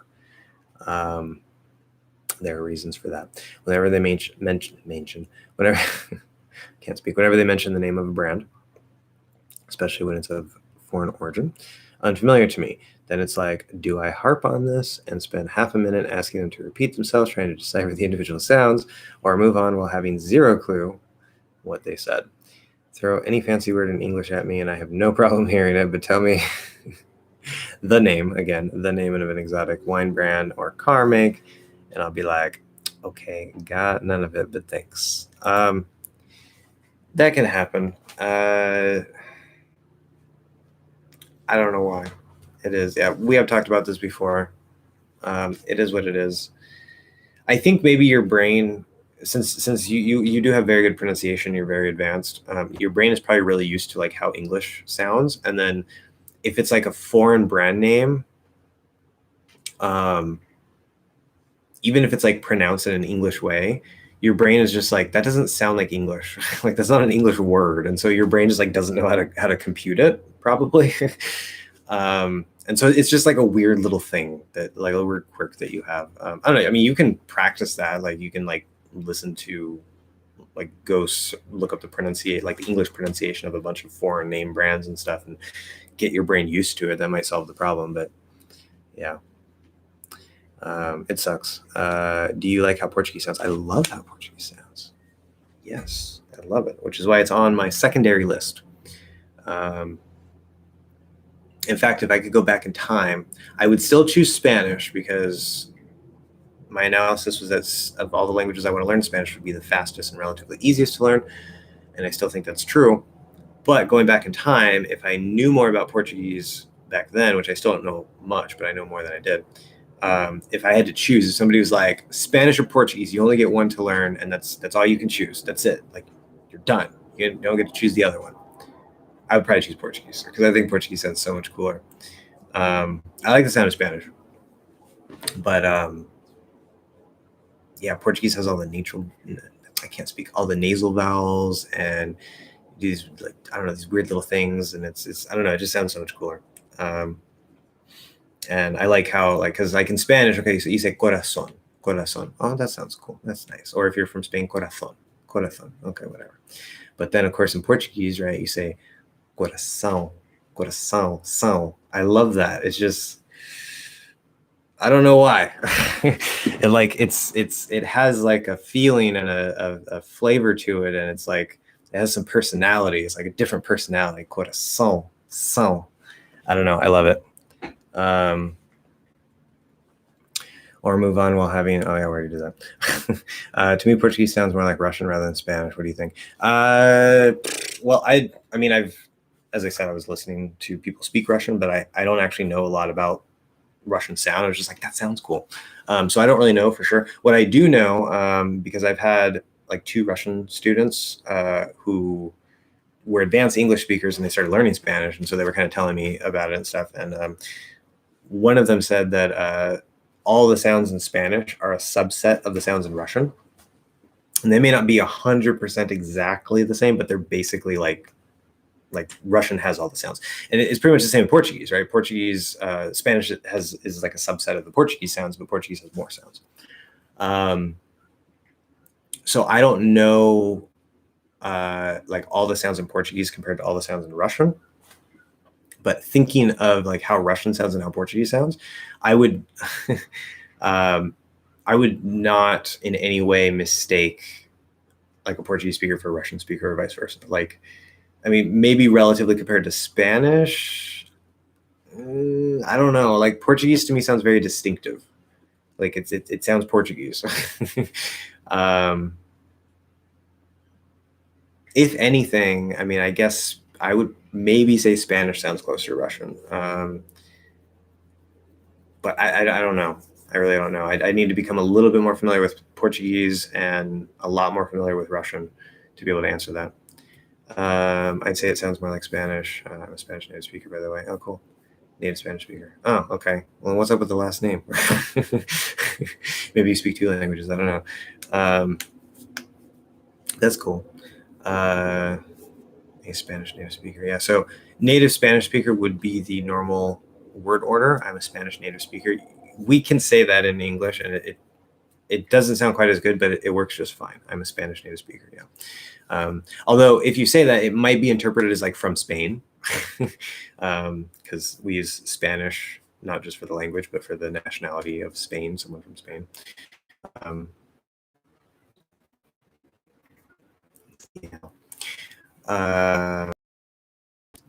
Someone said to me that Portuguese sounds like Arabic. Okay, so either like the Arabic language, so the language, the Arabic language, or like Arabic with no language. If you say like Arabic language, it sounds like broken grammar. So like Arabic, so I never know what it sounds like, or what I sound like. Let me remake it. An American girl said that to me. For me, it sounds much closer to Spanish. Definitely can't see the relation she made with Arabic. Okay. Yeah, I don't know. I'm definitely not familiar with Arabic, but I have listened to it. I checked out the sounds. I kind of like the sound of Arabic. It's on my secondary list of languages I might get to. Obviously, it's a very widely spoken language, so there's that too. But yeah, I mean, obviously there's Middle Eastern languages. There's like Hebrew and Arabic and Egyptian and various things in that general region that some of them share certain sounds, certain functions, like that, right? Kind of common in that part of the world. So to me, I mean, like if you were comparing like Hebrew to Arabic, like I'd probably be like, I don't know which one, but if it's like Arabic compared to Russian or Arabic compared to Portuguese or something like that, like yeah, I would be able to just be like, this one's Arabic. So I don't know, like I wouldn't even say that they sound similar. Like I guess maybe Arabic and Russian a little bit, kind of sometimes. Maybe I could see that, but anyway, sounds like Spanish plus French to me with a bit of Russian. For Arabic, really not experienced enough to say for sure, but I think I can see what you mean there. Interesting. Although I would actually say that if anything, Arabic probably sounds like it has a bit of German, because German has some of those more like throaty type sounds. Like eight is acht, acht, acht. So I would think that there's some similarity there, but just pointing out that you should learn Brazilian Portuguese. Don't betray us at the con. Yeah, no, I looked at both kinds when I was studying Portuguese for a couple months, and I do like some of the things that they do in Portuguese, but yeah, I overall like Brazilian Portuguese more, and I think you guys also have more similarities with like certain words and maybe even certain grammar kind of compared to American English than Portuguese does. So yeah, but one thing I'm probably going to do, because I forget what it is. I think it's I think in Portugal they pronounce it like it's something like Portuguese or something, or I don't even remember, but or no, Portuguese. I think like the ending is like ish, and then I know sometimes like the R for some speakers it's like oh, like or, like oh, and then I know some Brazilians will say like or, kind of like, I don't know. I know some Brazilian speakers have like an R very similar to the English R. And so I was kind of trying to like pick and choose. I was like, I don't necessarily care if I sound like I'm from a particular place in Portuguese. Like I want to like pick the sounds that I like for certain features. But like mostly focus on Brazilian. So that's probably what I'm going to do. But I might take a couple things from Portugal. Your internet connection was consistently stable. Well, that's good. This is a watershed moment. What happened to the problematic mic though? What? This one? It died. Right now I'm using this.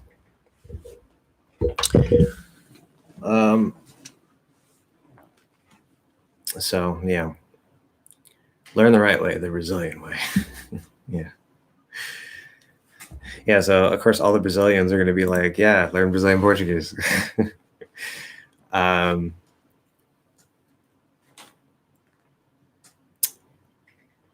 I don't know. Anyway. Some people say that European Portuguese sounds somewhat similar to Russian. Interesting. Apparently everything sounds like Russian. That seems to be the conclusion we're coming to. Is it true that for Spanish learners, the most difficult part is grammar? For Spanish learners, so you mean like English speakers learning Spanish?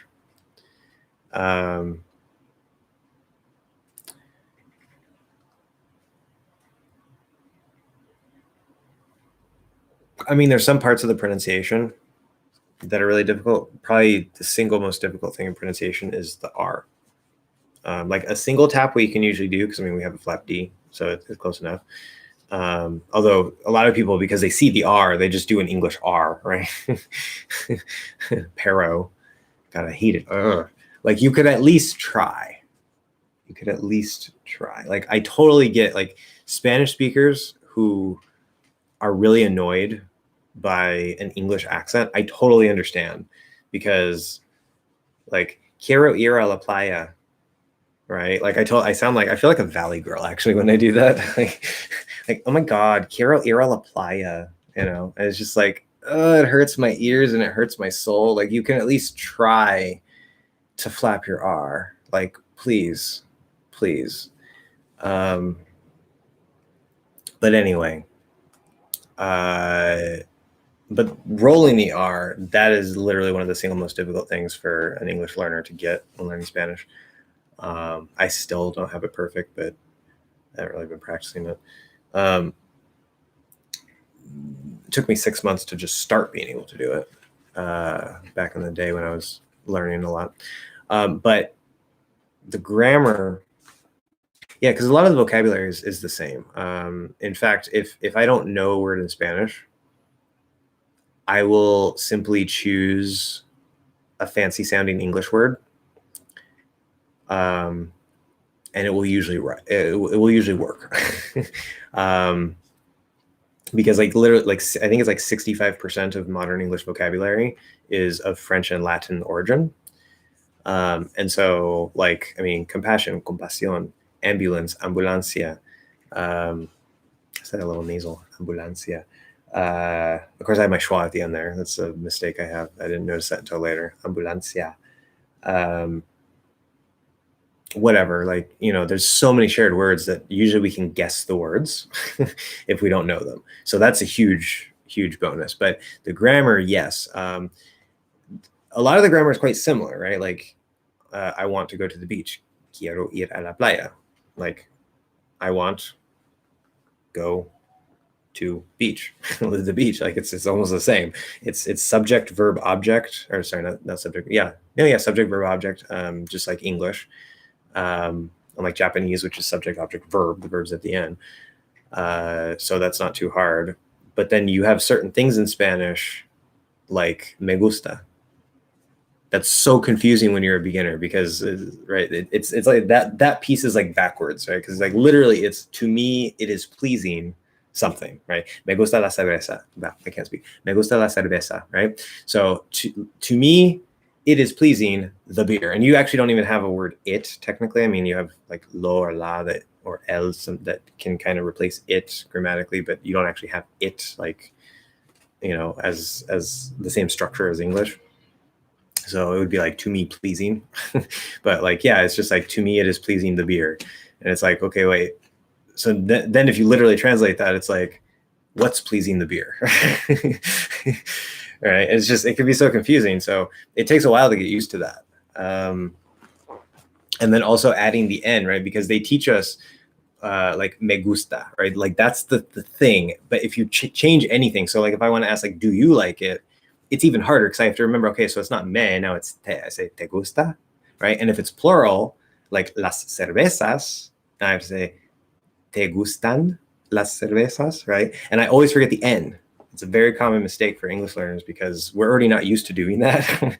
And then it's like you have to conjugate it when it's like this weird thing. It's like not I like it, right? Because it's I like, there's no plural there.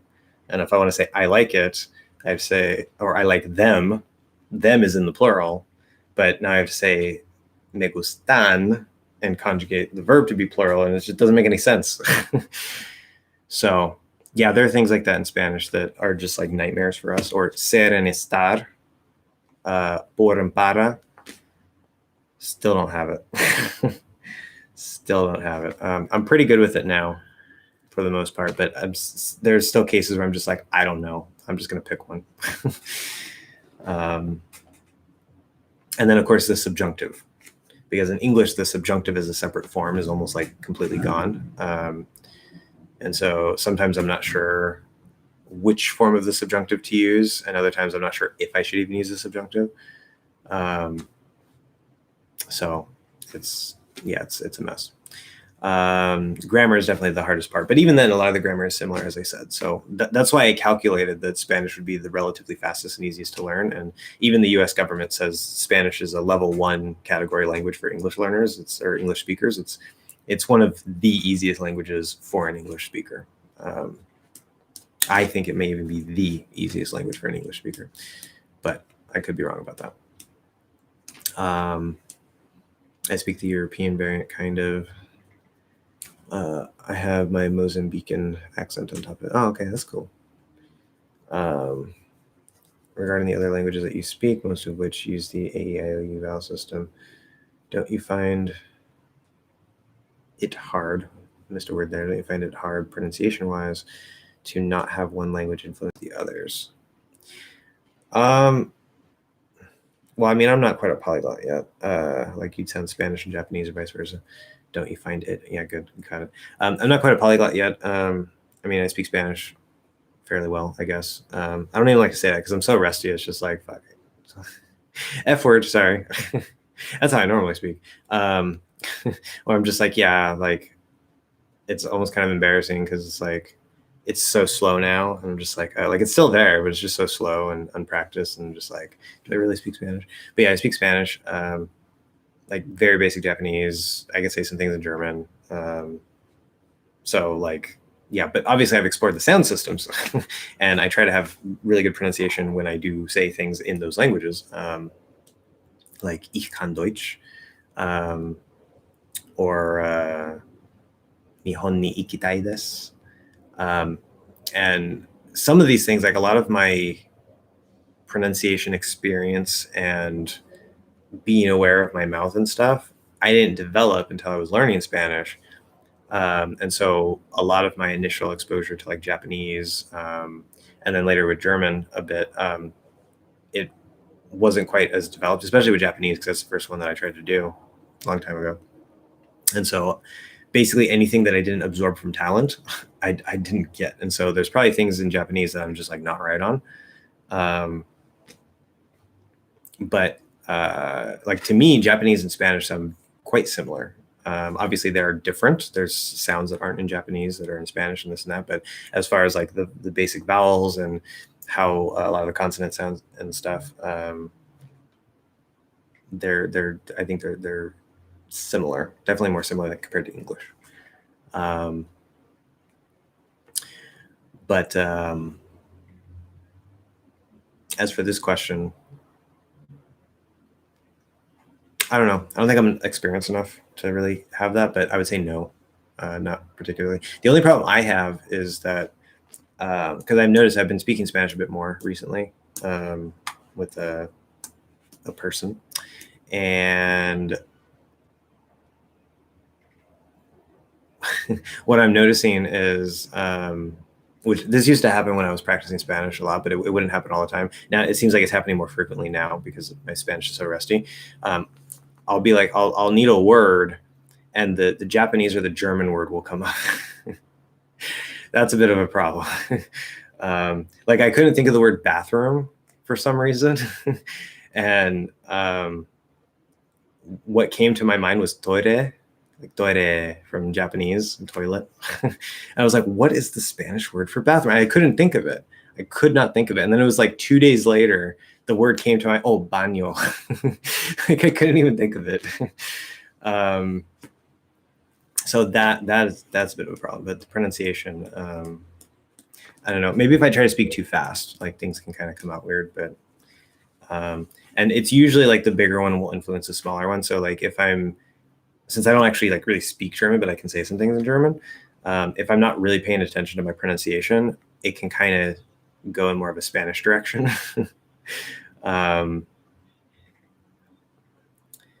But or an English direction even, but anyway, the I can't do that in isolation. Coração, kind of like that, something. In Portuguese gives any foreign away. I know, yeah. It's difficult. It's very difficult, but I love how it sounds. I tried to get my friend who's Mexican American to say from get it just right, yeah. Talking about Josh, be careful when you're going to buy bread. Pow. I just feel like I'm like way too nasal. Like I'm not even really saying anything. To not say. Okay, so that would be, since it's not English, I don't care. I'm just gonna say it. So pow. Like the English word pow, I assume. Yeah, I'll just assume. Yeah. Nice wordplay there too with Uranus. Other pronunciation. Yeah. Fun fact, guys. Yeah, we're almost out of time here, but I think we're winding down. Fun fact, and I think I mentioned this before. So the apparently Japanese people never really had bread before Westerners came. I don't know if that's completely accurate, but that's what I heard. And there's certain words in Japanese that they didn't really necessarily have words for, right? And when the Westerners came, the Spanish, the Portuguese, the Dutch, the English, right, they started getting all these words, right, to refer to different things, like even like the names of languages and stuff. And so like Deutsch is the German word for German. And so the Japanese word for German is Deutsche, because they don't have ch, like they don't have Deutsch like that. So they change it to ts, Deutsche. And then for German language, it's Deutschugo, because Go is language. So it's literally German language. But fun thing, so apparently the Spaniards introduced bread to Japan because the Japanese word for bread is pan, which is the Spanish word for bread. So like, esto es pan. Pan. So I always find that interesting. Or French is francugo. English, for whatever reason, is igirisugo. I guess it's like English, igirish. So I guess like because they don't have the sounds, it sounds so different. Igirisu. Yeah. So interesting. There's so many words like that in Japanese. So how different would the word karaoke sound if you were to use it in Spanish versus Japanese? Okay, that's a good question.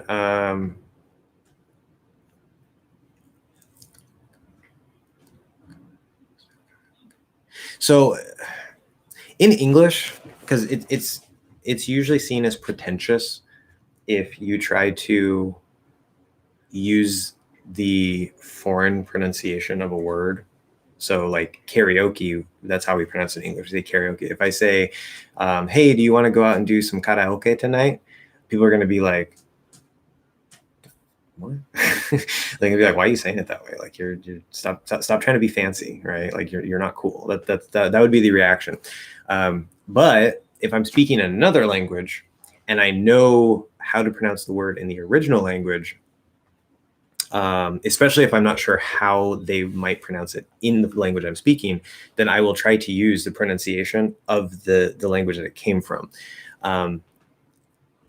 Now, obviously, the R in Spanish and Japanese are a little bit different. They can sound pretty much the same, depending. But I mean, sometimes the Japanese R comes out as an L, like it's a straight L. And Japanese people don't realize because they don't actually have an L. But like I've heard people say like karaoke. Usually it doesn't come out that way, but sometimes they'll say it as an L and they don't hear the difference. So that would probably be the biggest thing. But in Japanese, I know it's not necessarily like a tapped R like in Spanish, but it can be quite similar. And that's just kind of how I've always more or less done it. So my Japanese R probably isn't perfect, but I would basically use the Spanish R in Japanese. And when I go back to Japanese, I am going to try to touch up on my pronunciation as well and fill in some of the things I wasn't aware of before, but especially the pitch accent. Ugh. So if I were to say in Spanish, me gusta el, I can't even speak. Me gusta el karaoke, karaoke, karaoke. And if I try to speak in Japanese, I would probably say karaoke, karaoke ga suki desu, karaoke ga suki desu. So I might have a little bit of like a pitch change in a way, I guess. Me gusta el karaoke, karaoke ga suki desu, karaoke ga suki desu. I think it does seem like I say it slightly differently, and I'm not exactly sure why, but yeah. Or like anime, right? When I'm speaking Spanish, I say like me gusta el anime, anime. So, and what about the article the and their exceptions in Spanish? I guess it's, oh yeah. I guess it's hard for Spanish learners, even more for you as a native English speaker. Yeah, yeah, like it's stupid. It's really stupid. And it's worse, of course, that you have el and la, right? Or depending on how, like what we're saying, there's also lo and la, and then there's le, right? Which is not the, but it's, there's like the lo and the la and the le and the el and the la and all these similar words, and it's yeah. But yeah, el and la,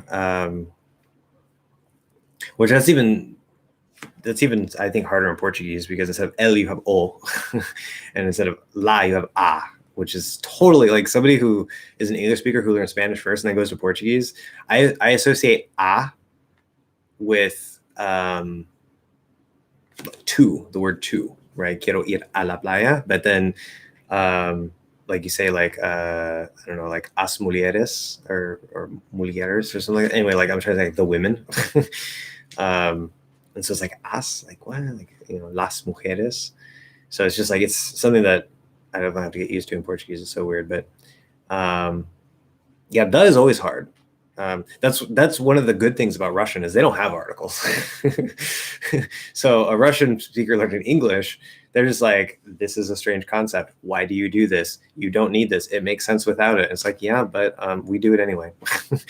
But if you're an English speaker learning Russian, you don't have to worry about that. So that's going to be one of the few good things about Russian. But of course, they have 6 cases, and that definitely makes things a lot worse. And then German, of course, has neuter or feminine, masculine, and neuter. So they actually have 3 versions of the, plus they have 4 cases, which means that all that combines into a bunch of different ways to say the, depending on if it's masculine, feminine, neuter. Is it the subject, the object, the indirect object? Is it possessive? German is just like, literally there's a chart of how to use the in German or a, the articles. And it's so ridiculous, which I have a way to overcome that. And it's going to be fantastic when I go back to German. And everybody who wants to learn German is going to be like, oh my God, you're so awesome. Thank you for this. But that's going to be sometime in the future. But yeah, it's a big mess. It's a really big mess. Stupid articles.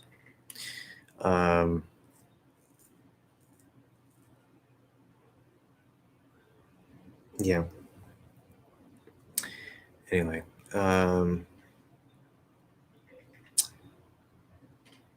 Americans.